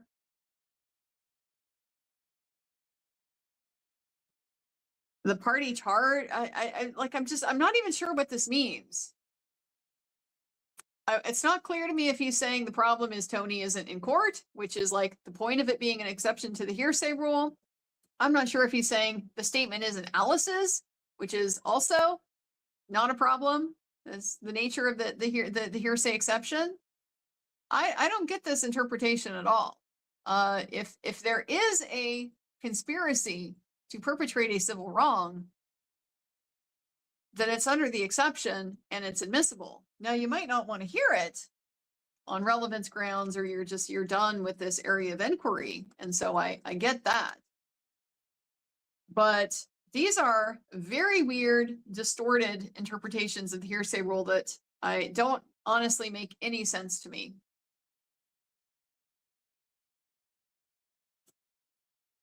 Joe then, he says it's sustained. I got a big WTF in my notes. So Joe says, may I continue to argue? He's been ruled against, but he wants to continue to make his argument. He says it's also for the non-hearsay purpose of demonstrating that both of them were involved in the campaign of denigration. And so this is not offering the tweets to prove the truth of what the tweet said. This is offering the truth, the tweets, simply to prove that they were made. So this is a non-hearsay purpose. Janina objects to this. She says, or the judge actually first says it's hearsay without an exception. It's inadmissible, and I have a relevance problem too because we finished the DVRO. He says, are you saying that Tony conspired to have Alice's spousal support terminated? So he's already not buying. He's not buying that. I mean, I guess I don't know what his thought process is. Like, on the one hand, you already understand you bought the smear campaign, but you seem to also be acknowledging at least the possibility. Yes, the smear campaign would have had an economic impact on Ioan. And so the consequence of that is now Ioan is asking for termination, obviously. But it was such a pointed and unfair question because, of course, that's not the argument, nor is it the point. They would not have anticipated that spousal would be terminated.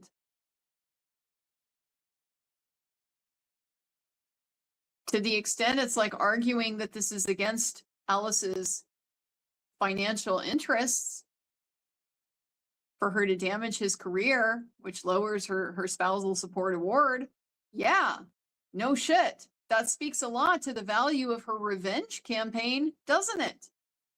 Because she is willing to suffer economically, both herself and her children, in order to ensure that people think badly about him. That's what the evidence has really shown so far. And he's already bought into that by renewing the DVRO. So I think my take on this, the issue is he's pissed because he thinks this should have come up in the DVRO. If you're going to bring up the abuse campaign, you needed to flesh out whatever you're going to flesh out the abuse campaign with the DVRO renewal. And he doesn't want to hear about it now. He's done with this. So Joe says, no, we're not saying that. We are saying he conspired to economically harm my client. So Janina objects, she gets more argument. It's hearsay. There's no exception. And I don't agree that you can admit it for the non-hearsay purpose of proving what it says. This is, again, just the smarmy, this is, obviously, that's not the argument. Nobody's trying to prove what it says. Okay? Because Tony is saying awful things about Ioan and Bianca, which obviously they are not contending are true. They're being offered merely for the fact that they were made. Not that they're true. But the judge sustains it's not relevant. It's 352 prejudicial. We've finished this part of the trial. The speaker isn't available. Nothing about this lends itself to the issues that we're trying right now. Get to the economic impact. Show me that. And Joe at this point says, well, this was foundational to other questions. And so if we're not going to go into that, then I'm done. I'm done. So he has no further questions. The judge offers a little break to Janina to get ready to cross. Short afternoon recess. Alice is like run out of the courtroom sobbing at this point. She's like, her face is red and scrunched up like a toddler, overcome with her emotion. Just cannot bear to have Tony brought into this, the role that he played, awful, despicable, disgusting things that he had to say. So after a brief recess, in which I gotta say, Joe didn't seem happy. He didn't seem happy. He came out of the courtroom and marched down the hall. Not happy, but I mean, I think the judge kind of has a point that we're in the financial trial now. This was kind of always the risk of the whole like overlap, and you know, trying to kind of divide the case into pieces.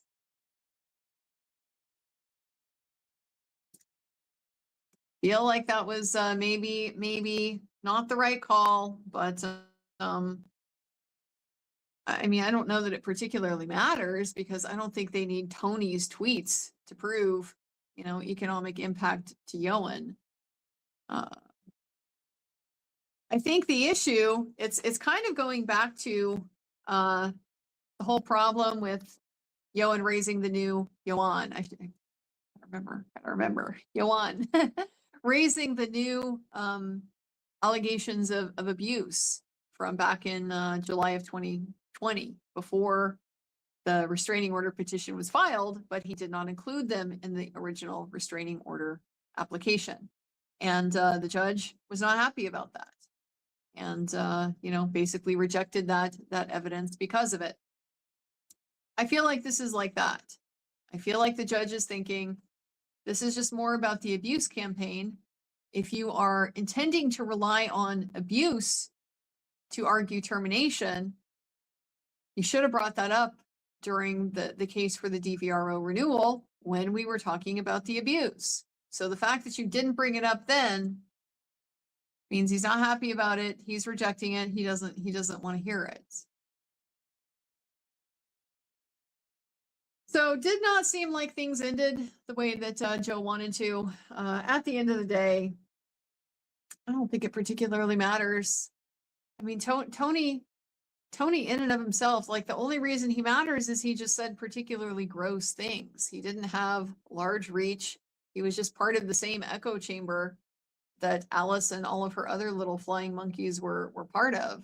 So it's not like I don't think he particularly, you know, like blew things up. Like, he never went viral or anything like that. There wasn't a situation where what he did was really significantly worse than kind of what was already going on.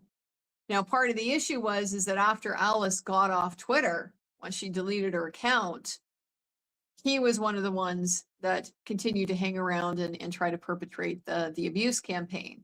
And he would interact with her little sock accounts like the Mitzi Cooey 89, whatever the numbers were. But again, it's like the reach was quite limited at this point. Not really sure.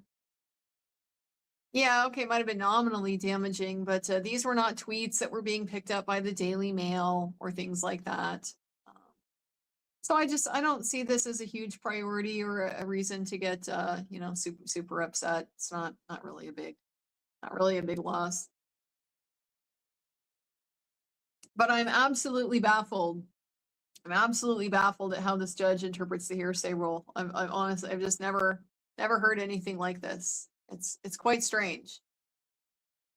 I mean, literally seems to be ignoring the language of the exception.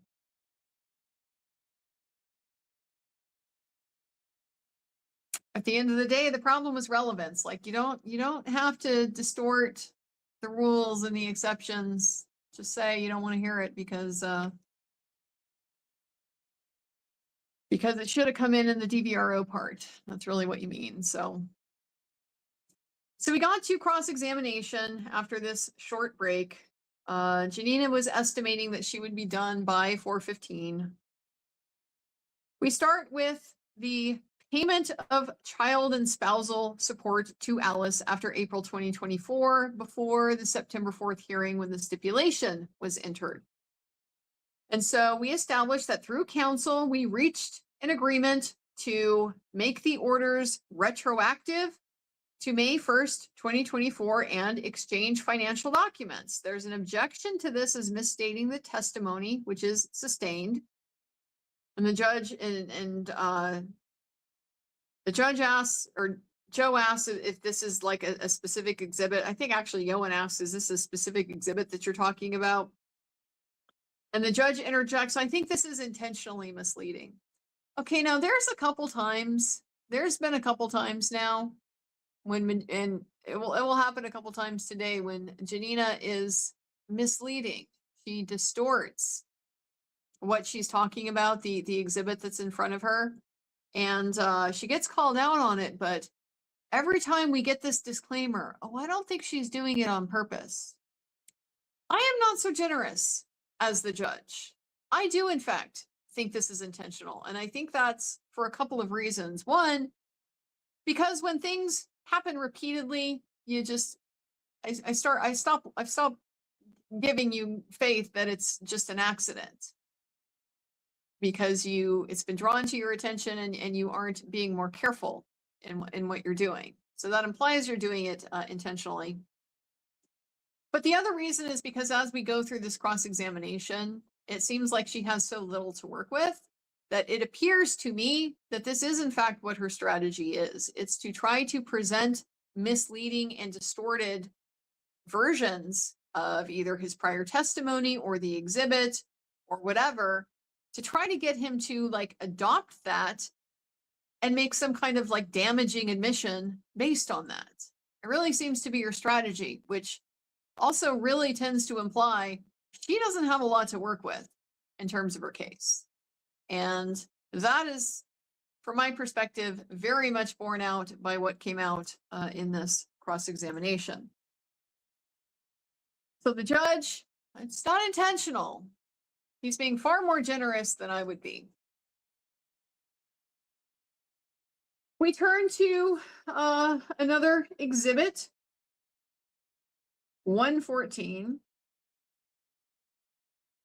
And this says something about the court. I don't know if this is one of the stipulations, but the court would have jurisdiction to make orders retroactive and to exchange account information. And she's asked, this might be a meet and confer letter or something like that. So she asked, didn't my office send a stipulation containing this agreement? He says, I don't remember. So then we go back to another page and different paragraph, and please review it and see if it refreshes your recollection. Doesn't it say, please revise the stipulation to reflect the agreement?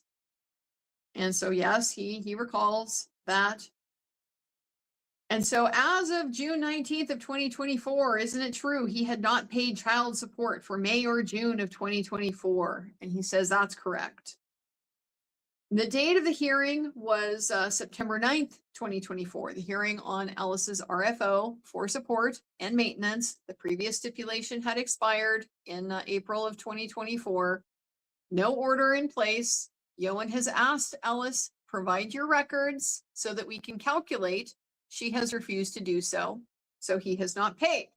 And we have this hearing pending on September 9th. Earlier, when he said he paid his child support retroactive to May 1st, isn't it true he made it 4 days before the hearing on the RFO? And he says he'd have to look back at the specific date. So we do go back to the, like some other exhibit. And he agrees, refreshes, yes, that's true. He made that payment 4 days before the hearing. So in this entire cross, this seems to be like the one gotcha to me that Janina was able to come up with. That for May, June, July, August, he didn't pay the child support. But he's already explained, we paid her way ahead of time. she wouldn't give us the information we needed to be able to calculate it. So this is probably just feeding into, the destitute and trying to justify, those types of claims, that part of the smear campaign. Or just otherwise maybe, rebutting that if Alice said, he's not paying, that was a lie. Maybe for this very limited period of time, that's technically true. But again, really taken out of context in light of his significant overpayment of the spousal leading up to it and Alice's own lack of cooperation to be able to calculate the appropriate amount to pay. So once again, it's looking like a manufactured problem that she is using to try to berate him, to try to get one up on him and blame him for something a problem that she herself has caused.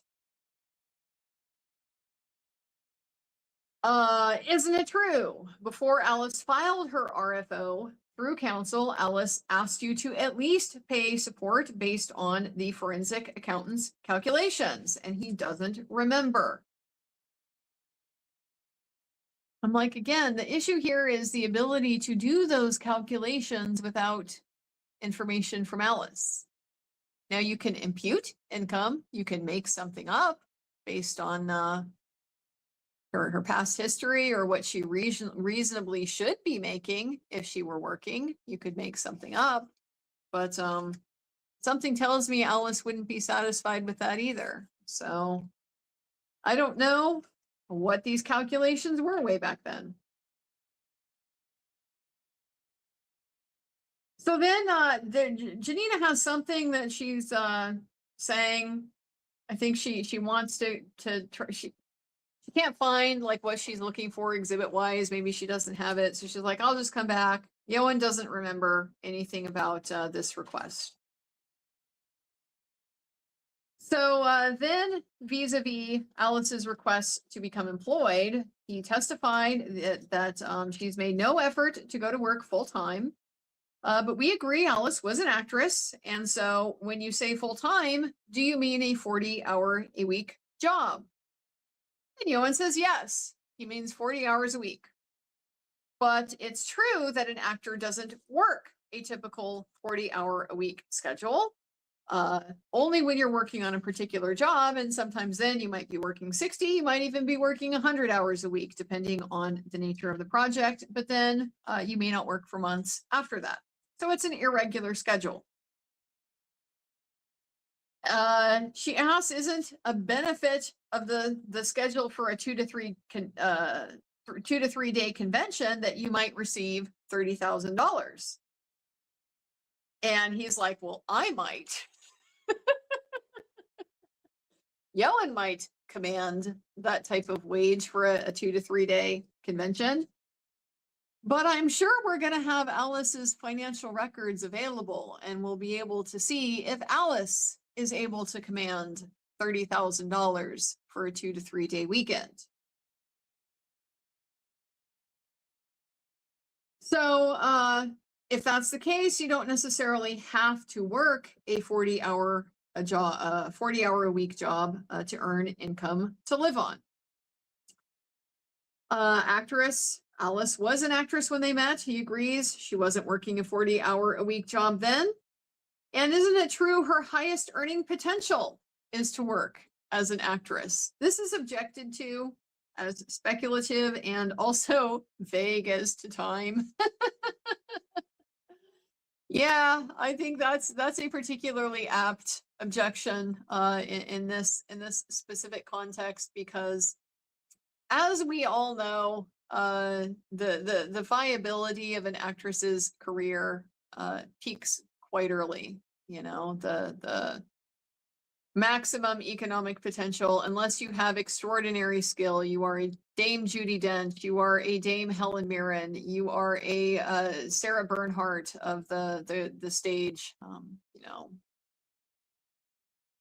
then you can tend to have a good career into your later years. But for the overwhelming majority of particularly jobbing actresses, no, no, you are probably not going to continue to have a particularly rewarding economically or artistically career once you are above a certain age. I don't know exactly what the cutoff is. If I were going to guess, I'd say probably these days, maybe like 35.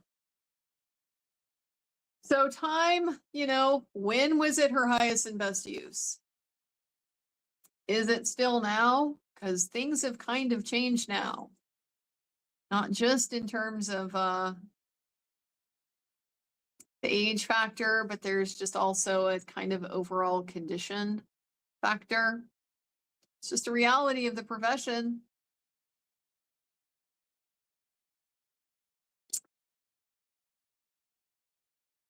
So we moved on to meeting Alice. Did he meet Alice in 2020? He doesn't remember the specific year. I loved that. Doesn't remember exactly when he met Alice. He's trying to block that out. That one is, he like dissociated, and that one is not readily available at the front of his mind. But he did agree that yes, between dating and marriage, they had about a 20-year relationship in total.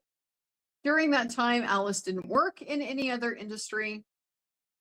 In terms of Alice's ability to work in light of having custody of the kids, she said, she asked, you said that you don't exercise time with the kids because professional therapy is required to mend the relationship. But you were in reunification from August 2023 to February of 2024. He says, I'd have to look at the dates, specifically, but yes, we were in reunification therapy around this time frame.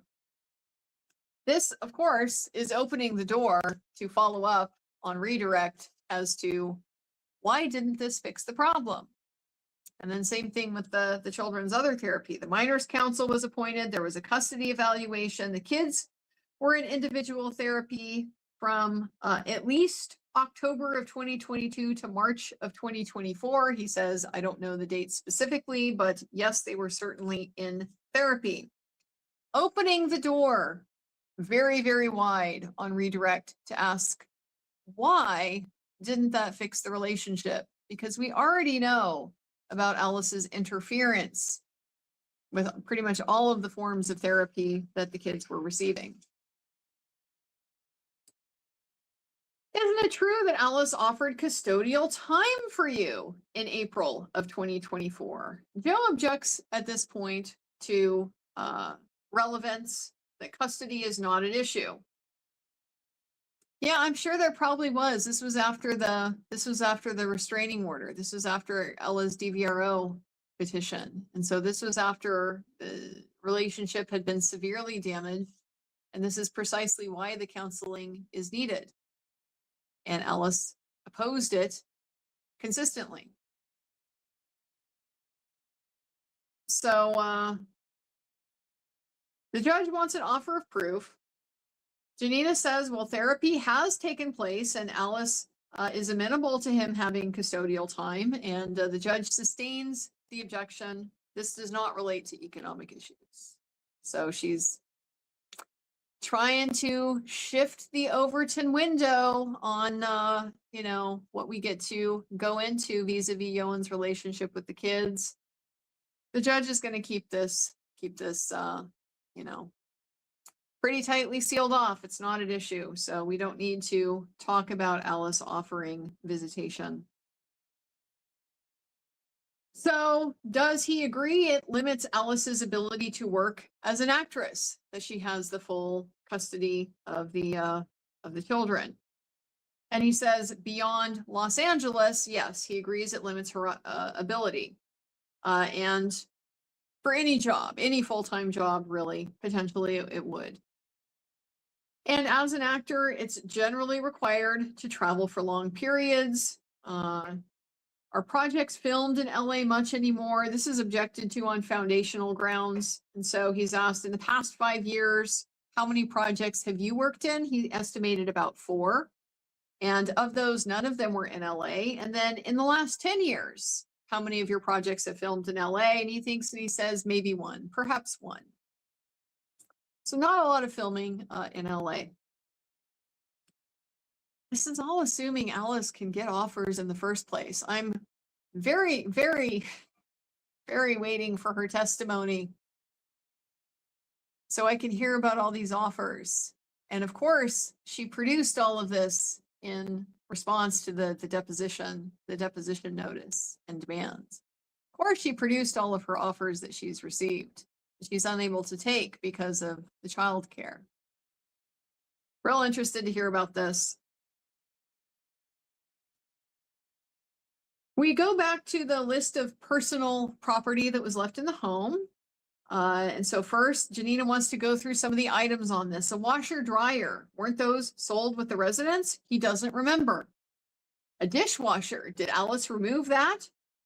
He says he's not contending that. So concedes perhaps that one can be taken off the list. Then a Viking microwave. She wants to know if that's a built-in. And he says no. And so is it his contention that Alice took that? Yes. Yes, it is his contention. At the beginning of 2022, isn't it true he had the opportunity to go to La Jolla and remove his belongings? And he said, well, I was able to remove some clothes. I literally had just a bag of clothes. Oh, I vaguely remember this. I think they did. They had a law enforcement standby. This happens sometimes when there's definitely when there's a like a restraining order in place. But oftentimes when there's a contentious, doesn't even have to be a divorce. It just often is. But you know, any kind of breakup or family dispute or whatever, and somebody's moving on, they will bring the sheriffs out while you collect your property to make sure that, you know, fisticuffs don't start flying. And I vaguely remember that there was a civil standby for Ioan to go in and get some of his things out of the La Jolla house. I remember that. We turn to his request to allocate certain distributions from the blocked account, and the sale proceeds. So specifically, the $110,000 from the sale proceeds that he requested be allocated to Alice, and hasn't. Alice's forensic accountant also made that allocation. And Ioan says, I don't know what Alice's forensic accountant has done. So we go to the exhibit that Patrick Green first testified about, but it had not been admitted, so now it is, and it's the side-by-side version of each accountant's version of the community property balance sheet. And so they're looking through it, and we find the entry for the cash to Alice, and yes, he sees it there, so it's there on the balance sheet. Then the reasons for turning down jobs. He's asked, in addition, isn't it true you also rejected jobs because you believed you would have full custody of the children? And he says, I don't remember that. Then the team, we turn to the team, decided not to send offers in writing so as not to create a paper trail to the case. Do you remember that testimony? He says, no. Well, she says, well, were you here when Ms. Mulcahy testified? And the judge agrees she's misstating the testimony again. Not deliberate. Again with the disclaimer, it's not deliberate, I'm quite sure, but that is misstating the testimony. So he said, yes, she did say that there was this, you know, discussion about presenting no offers being presented in writing, and I would have to look to specifically what she was referring to. He's asked, isn't it true the team was concerned that Alice might subpoena the records? And he said, no. So the way that you stated the question isn't correct. He's starting to get a little bit more assertive now with rejecting this framing that is misleading, and it's a good development. I approve of this development. No, you are misframing this. Allow me to frame it correctly for you. The decision was made because I had alerted the team to the fact that I had received the emails from Lynn, where Alice said she was going to abuse the discovery process and hold on to these findings, and I wouldn't know when she would use them, and she was going to, she wanted to use them for publication.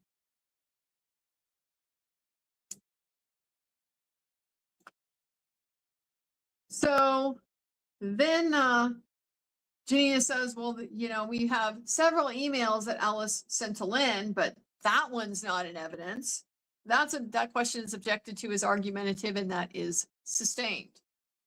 Argue that in your closing. You don't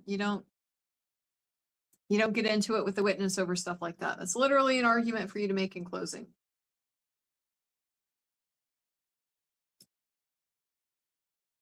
And actually, it was.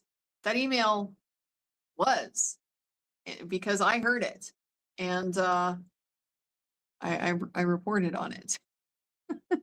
So yeah, make that argument, but you're going to be misleading the record. I'm sure it won't be intentional.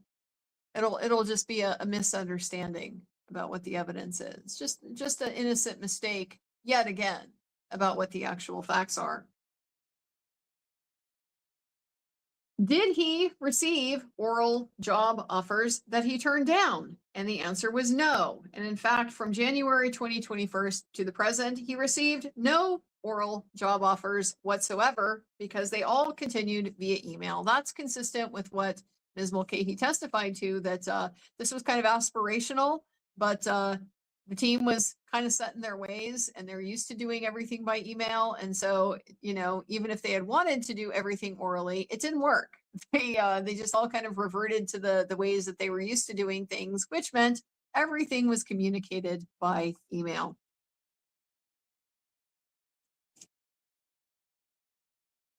We look at his income and expense declaration from January 2024. He agrees that this is all true and correct. We're getting into a stage of the trial where Alice is now staring at Ioan a lot. She's got her nose up. She's staring down her nose, staring at him on the stand. So we turn to paragraph 13 of this declaration, where it relates to expenses paid by others, and he has entered $1,900 a month, which was Bianca's contribution to rent and living expenses at the time. Then in Exhibit 212, which is the same income and expense declaration, but from July of 2025, at this point, the rent has increased to $5,000 a month, and at this time, Bianca paid the entire rent. Then we have his current income and expense, and in that version, Bianca no longer contributes to monthly expenses at all. Yes, all of this is true. No objection to any of this. I mean,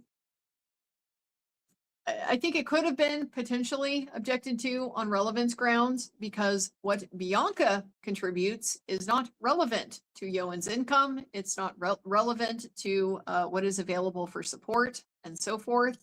She is a red herring.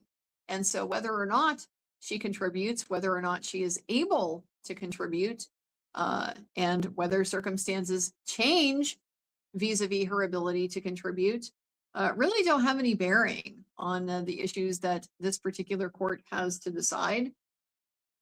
So I don't know why we went through that, but we'll see. Maybe they'll argue it. Maybe Janina thinks she's really got something here. I don't know what it is, but we go back to the premarital agreement.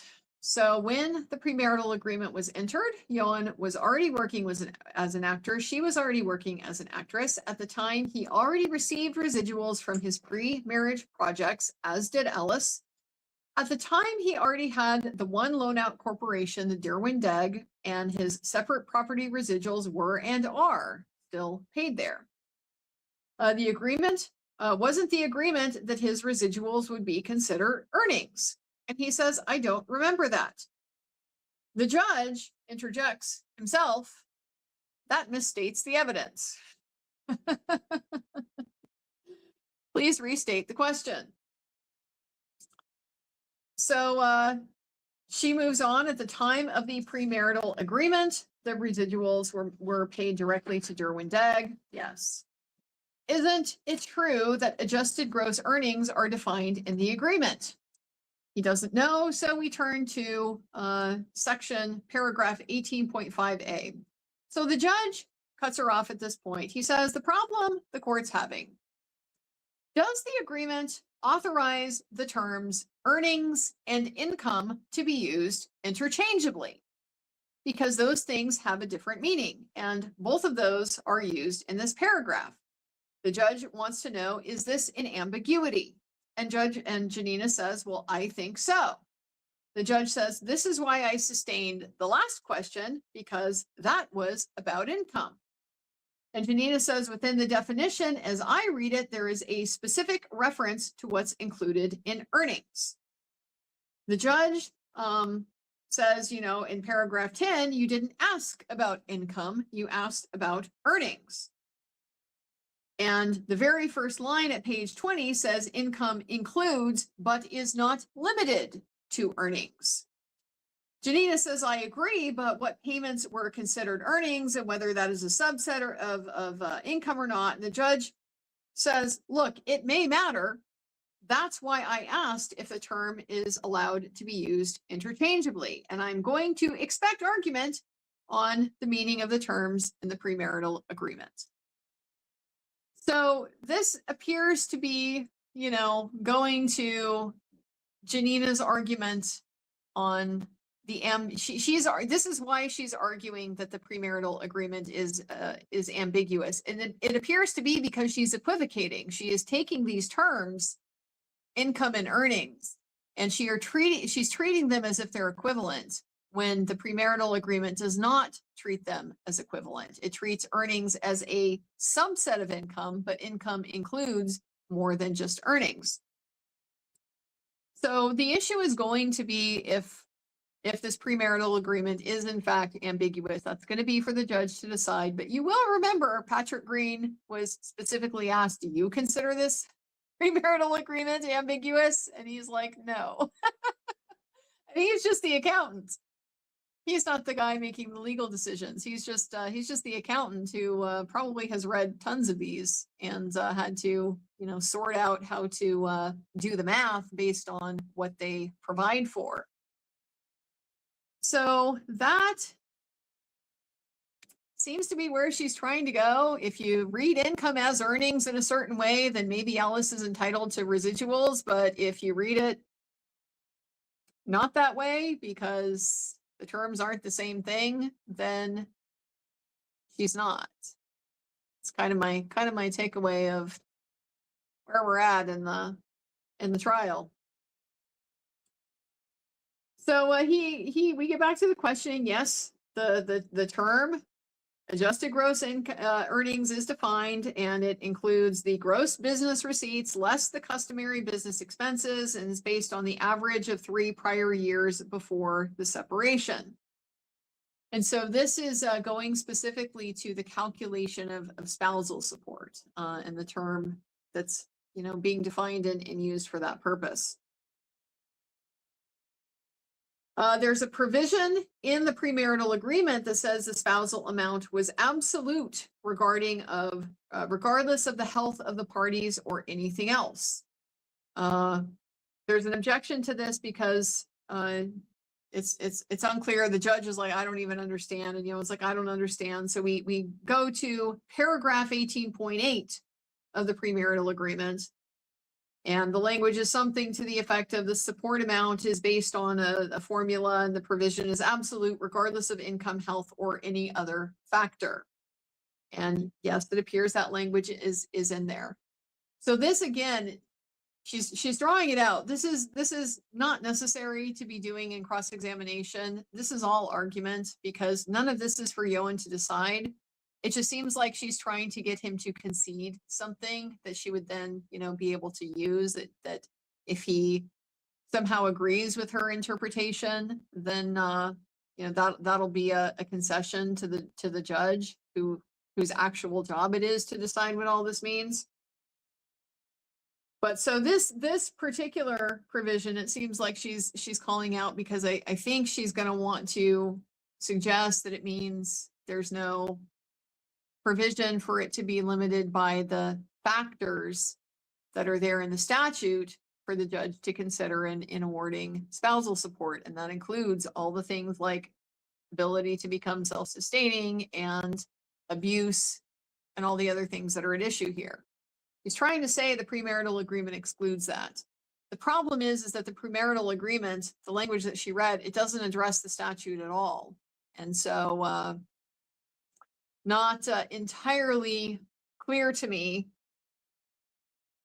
Also, if this is just meaning the way that it's to be calculated and not like, for example, the entitlement to it for how long.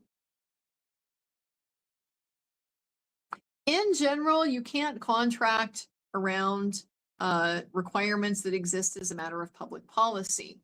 And so I think that's potentially, you know, a problem with this argument here, that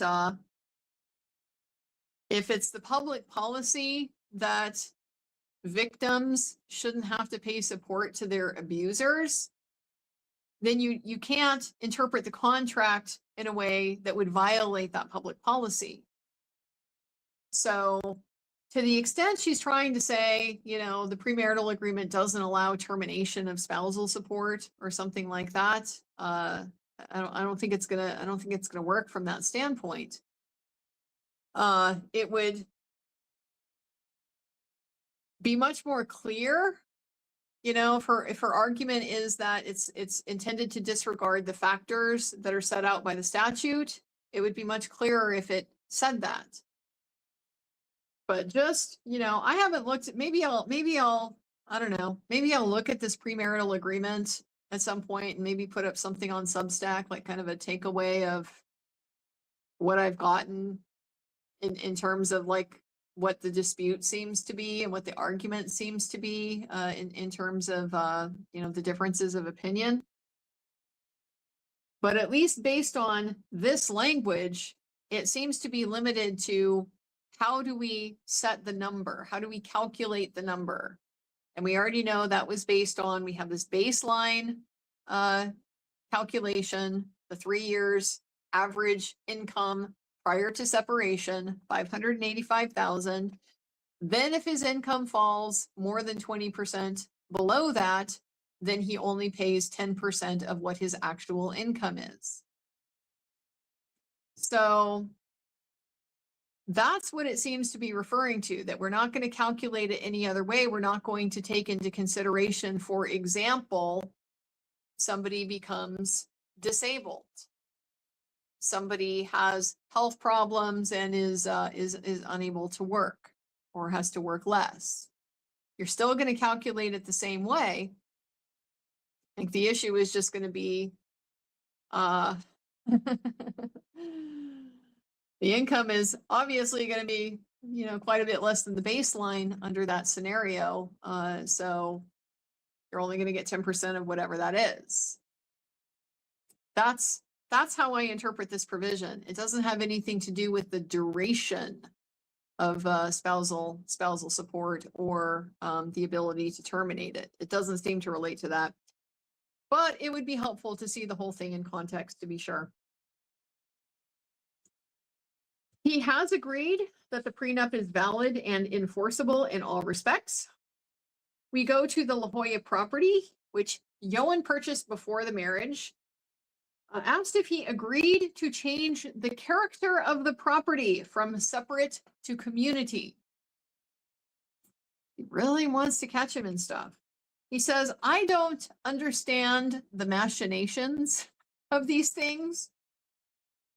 So we go to another paragraph in the premarital agreement.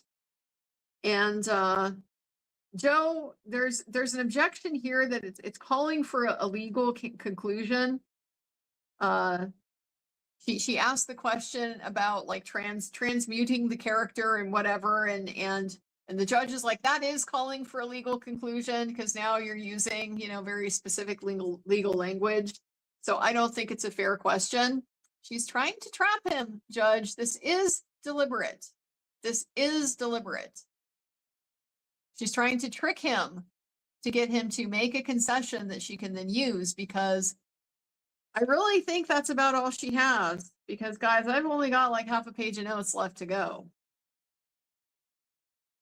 So, clarified, he agreed to change title of the property to Ioan and Alice as community property, and to add her to the title as husband and wife as community property. What this means is that the equity would be community property, subject to all the other things they already put in this premarital agreement about his separate property interest. So it sounds like she's, again, just trying to like imply that it was overridden or just did something different than what the agreement actually says. And the reason why you make it community property, there's a lot of reasons. One, it's the marital home. And so there is always kind of going to be something of an argument that there's a community interest in it. You are going to be using community assets to pay the mortgage. Now, if it's his separate property, it's also his separate mortgage. And so unless they refinance it or whatever, that debt isn't in Alice's name. So she doesn't independently have an obligation to pay for it. Now, they, as it turns out, like they did refinance it. So her name probably did end up on the debt. But so that's another reason you're using community income that you earned during the marriage to pay the mortgage. Now you're commingling. So that's why they did it the way that they did. It's fine to treat it as community property so long as it's subject to the things they already set out in the agreement, that he gets his original $750,000 back and he gets the rate of return on it. She agreed to it. Those were the terms. Had there been any equity left over, she would get it. And that would have been a great incentive to pay down those mortgages, Alice, instead of spending all the money on God knows what. Because if you'd pay down the mortgage, there would have been more equity, and then you might have got some of it. But that's just not how things fleshed out. I gotta wonder if back at the time he already knew she was more profligate than he was. And that was part of the thought process behind this. To just give himself some security, you know, that she wouldn't be able to like fritter away. I mean, good Lord, she came into the marriage with $20,000. She'd been working as an actress for how long at this point? I mean, I don't even remember how old she was. They got married in 2007. Was she 39? I think she would have been 39, and she had $20,000 to her name. So that's a pretty good red flag for somebody's, financial management. So I got to kind of wonder if he knew, and that's precisely why they put this in. One, it covers him. He's not giving everything that he's invested in this house away to her, potentially. And it gives her an incentive to be more financially responsible, because the more equity there is in this home, the more that you have. Didn't work, but I do wonder if that was the thought process behind it. We then go to a preliminary declaration of disclosure. It was signed on January 6th of 2022. It's got a schedule of assets and debts. The premarital agreement is attached to it.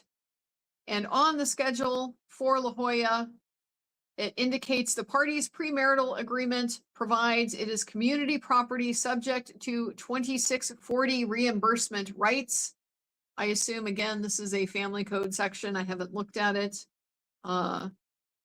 But it's characterizing what the premarital agreement provides for. She's probably going to nitpick this as well. I don't know, but it seems to say that. I'm not really seeing any inconsistency, any major one anyway, so far with everything that's been presented.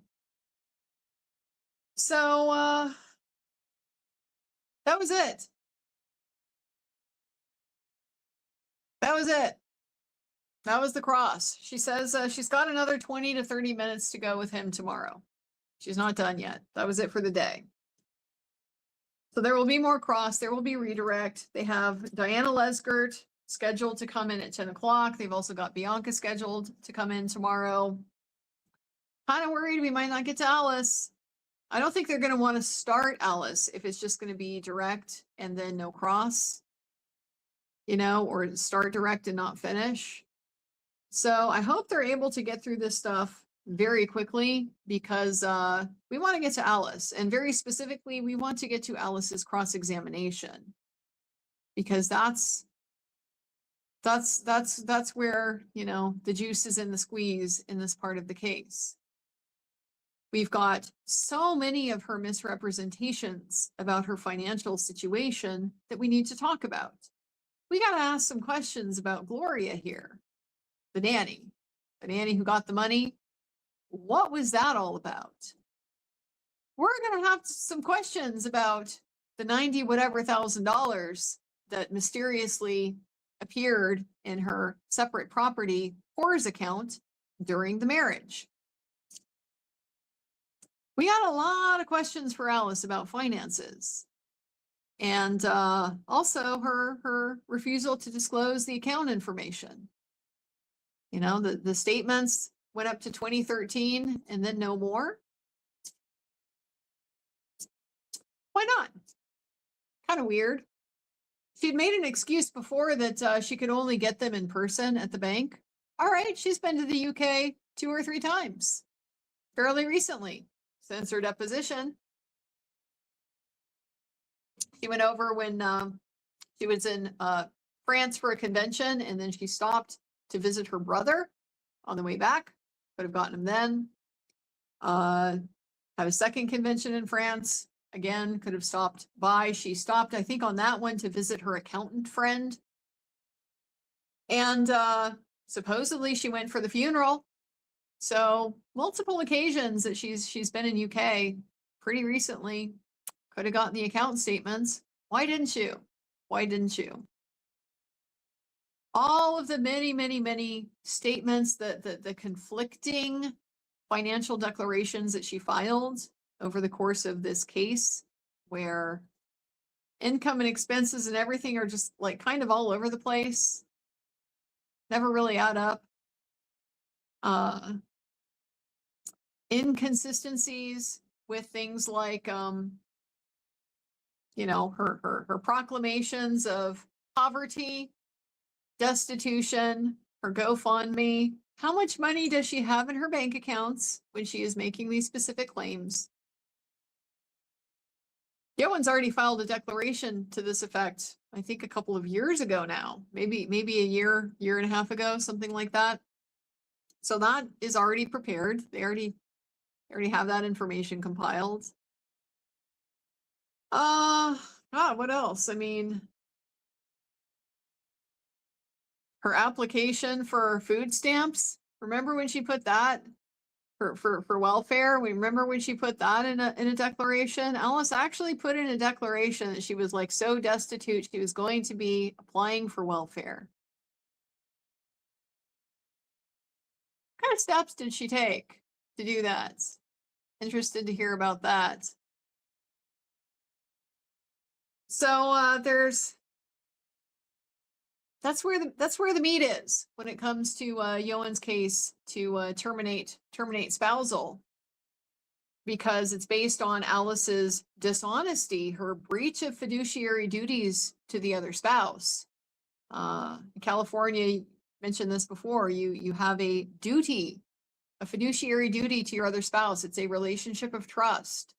And so you don't get to like steal or hide things or fail to disclose things, lie about things. You have a duty to be forthcoming and honest about what's going on with the money. And just adding that stuff to the math problem that they already have, in terms of the overpayments and all of that stuff, the credits, potential for sanctions, Gavron, Enka, attorney fees, like all of it.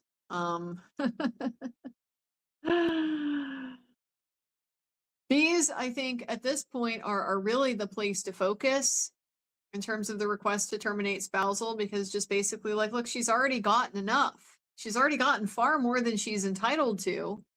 She hasn't done anything productive with it. So why should he have to keep paying her, particularly in light of the abuse?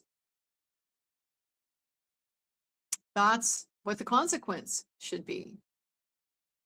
So I really hope we get to that tomorrow, because it does seem a very important part of the case, and I would very much hate to see it kicked down the road to April. I would just be kind of afraid that, you come back, the case is stale, you forget where you were, you forget the details.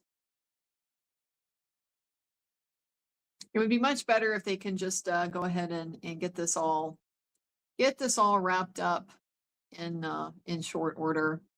They remain optimistic it will be done tomorrow. I am significantly less so, but all I can do is show up and see what unfolds.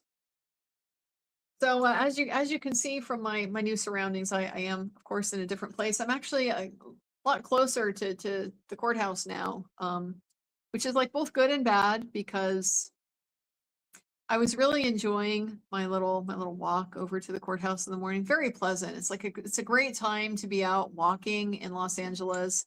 It has not been a very good time to be out walking back in Washington. It's been quite unpleasant to be out walking on certainly in the mornings and many, if not most, of the days up to this point. So it's been a nice change of pace. Get a little exercise, a little breeze, a little sunshine in the morning, all that kind of thing. So I don't get that anymore, which isn't ideal, I guess. Of course, nothing's stopping me from getting up early and just walking anyway. I suppose I could. But the trade-off is I can maybe sleep in a little bit more, which will be nice. Be a little bit more attentive for this last day of court, because honestly, yeah, when you're going through the financial stuff, it's not really the most exciting for anybody. I'm interested in it. I find it interesting, but I know a lot of people don't, and I can't blame you for that. It reminds me of back at the Richard Allen trial. There was a day when we were doing the DNA evidence, and the entire courtroom. I'm not sure if this was the day when Judge Gold like yelled at the courtroom because people were falling asleep. But I was so into that testimony. We all nerd out on different things, I suppose. So want to be attentive if we get to Alice, for sure. And potentially also Diana Lesgard. I'm curious, why are we calling her? What do we need her for? Because we did already hear her position from Mr. Green. So what are we changing? Are we explaining? I don't know. Gotta find out. So what do you guys have to say? Paulina, I'm having a hard time reading that. People seem to think I'm cruel for wanting nothing for the kids as well. I know he's the father, but how much is Alice's influence, and how much is it because they have become as bad as their mom? I feel sorry for Bianca. I feel sorry for Bianca too, but I also feel very sorry for these kids, because these kids have been in an environment that they didn't choose. They didn't choose any of this. And, what has been perpetrated on them is abuse. It is severe emotional abuse is how Ioan characterized it, and I completely agree with that. I hope, someday the girls, if they haven't already, probably haven't, but I would love it if they happened to come across Jeanette McCurdy's book. Jeanette McCurdy from iCarly. She wrote a book about her relationship with her mother, because she had an enmeshed mother, and took her a long time. Took her a long time to realize exactly how damaging that whole relationship had been. I don't think the kids probably realize that their situation is not normal. Kids are super adaptable. You know, they can adapt to pretty much any circumstances. I mean, you see like child soldiers in Darfur and stuff like that. Kids can adapt very well. But that's going to have long-term effects if you as a child are kind of normalizing stuff that is severely dysfunctional, severely pathological. So these kids didn't ask for any of that. And I understand, you know, where you're coming from, but I can't hold that against them. I really can't. I consider them victims of Alice just as much as Ioan is a victim of them. Depriving children of a father, a good father, for no particularly good reason, but spite, in my opinion, that's abuse. And I think that is damaging. It has damaged them. So I understand, but personally don't agree about that. Michigan Farm Boy, you ask why we are here. It appears it's her thought that this is going to cause him pain and cost him money. She may not have a solid grip on finances or reality in the legal sense at the very least. Yeah, I mean, I think that's really the bottom line. You know, when I say why are we here, it's honestly it's kind of rhetorical, because yeah, we're clearly here for the litigation abuse. We're here to make it expensive. We're here for her to get her last licks in. Like I said before, it's their last chance to really be able to drain him before there's a final decision, and her ability to continue to affect him is really curtailed. Once there's a final judgment, you know, all he's got to do is write a check, and he can ignore the rest. He doesn't have to communicate. He doesn't have to be near her. Nothing. He doesn't have to have it hanging over his head. So, you know, some of it is rhetorical. Another part of it is also just a client management kind of thought, you know, because Janina should know better. Janina, you're not very good at controlling your client. Really should have made it clear. You don't have a lot to work with here. This isn't going to go good. It's not going good. In fact, you've already lost on the first quite important part, right? The DVRO part, the fresh finding of abuse by your client. And I'm really not hearing anything in this cross that sounds like a particularly good case for Alice's position. It sounds like a lot of reaching. I'll go in. We're going to have time, obviously, right? If they're not even going to have their closing arguments until April, I got plenty of time to go through and read this premarital agreement and do a little bit of analysis of it. But really kind of looks like she's reaching. And with the accountant, even the accountant's like, I don't think it's ambiguous. Then it kind of seems like you're just maybe looking to, you know, struggling to find something to argue. That's a sign of a client management problem. Your client isn't listening. You're not doing a good job of communicating what the best interests are, and you know, what you're willing to do to be able to further her interests. Not really doing a good job of convincing her of, you know, the upsides and the downsides and all that. So that's really what I'm getting at with the you know, what are we doing here? I know what we're doing here. We're finishing. We are in the end game of Alice's abuse campaign. That's why we're here. That's also why I think so many, me certainly, but I think a lot of people are eager to see this done and dusted, because this is the end of the abuse campaign. The DVRO is extended, then she can't refire up the defamation, the smear, at least not without risking consequences, which hopefully, you know, still don't have an awful lot of hope that police are going to do anything about it. But hopefully, just having seen how this process has gone and stuff like that, perhaps Ioan has a little bit more initiative, a little bit more desire to pursue it through contempt. Go get her sanctioned. Hit her where it hurts.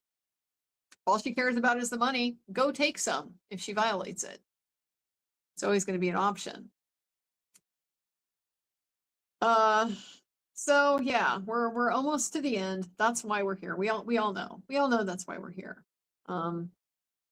I don't think the problem is that Alice can't do math. I honestly don't think the problem is that Alice hasn't been explained.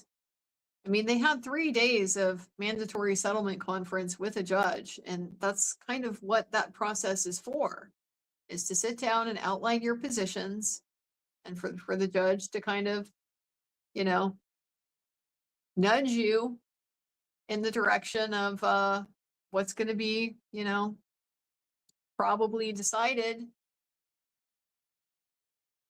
So your odds are probably not good if you want to go to trial on this issue. Probably ought to settle. That's kind of what he does with both parties.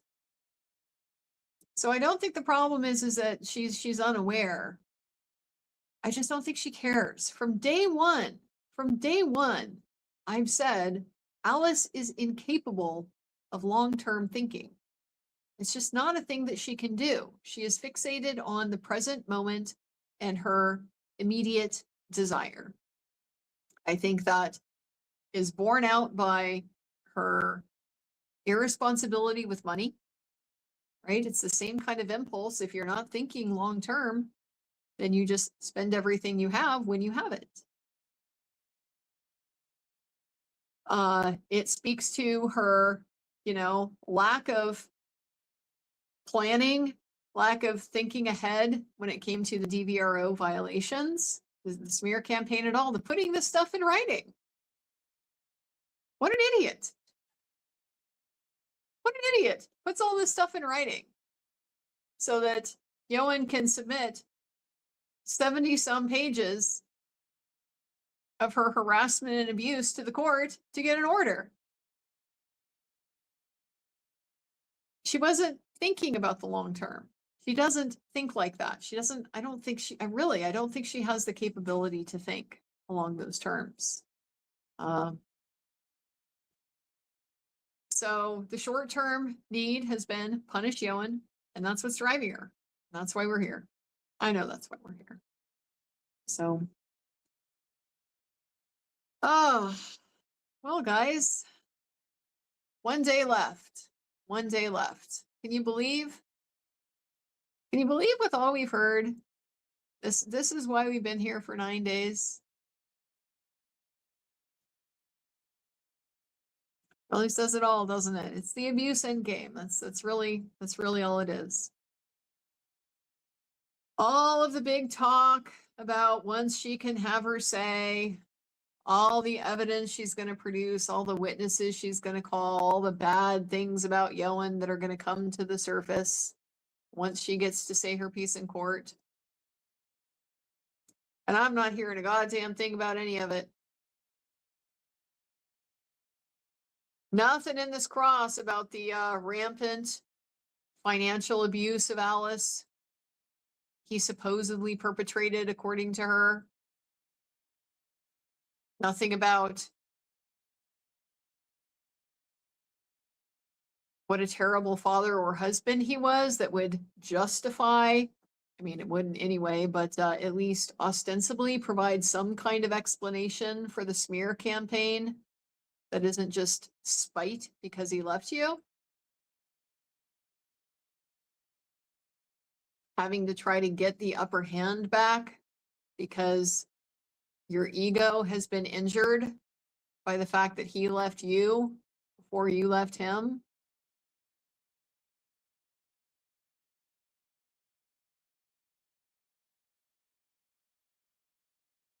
Yeah, 9 days. Still going to probably take some more. It's definitely going to take some more, at least for closing. But I really do think the upside in all of this is just that the end is near. The end is near, and that's really the pot of gold at the end of the rainbow. It isn't even the decisions, frankly, at this point. I think the DVRO was important to Ioan and Bianca, just to try to keep her somewhat in check. But at this point, the financials, sure, it'd be great. It'd be great to get what they want. But I think what they want more than anything else is just to be done. Just to be done with this. Slam the door on this psycho, grasping witch and not have to think about it anymore. The worst part of pretty much any legal case is the limbo.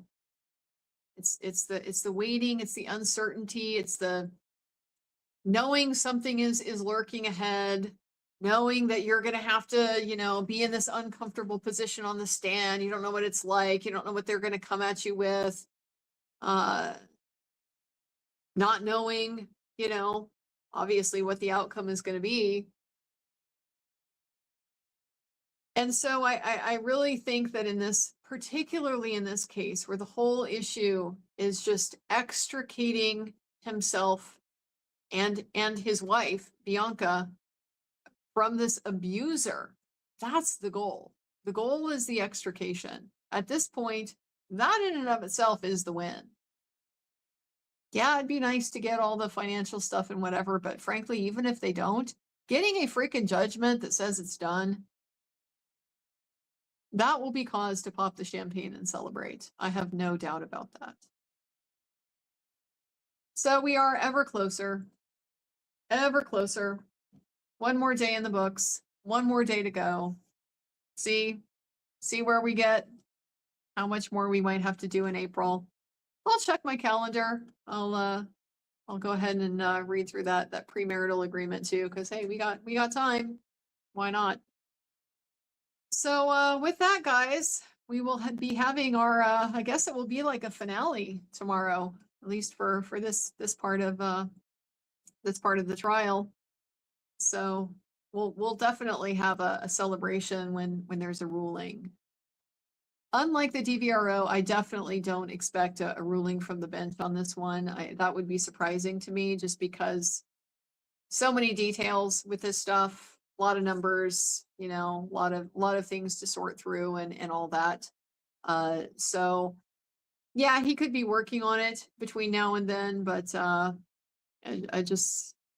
it's far less routine to get a rapid, quick turnaround decision on these kinds of issues, the property division support and all that type of thing, than it's going to be for just reissuing a DVRO or not. A lot of times, you don't even have like a very extensive hearing to be able to do that. These types of hearings are pretty much always going to be rather complicated.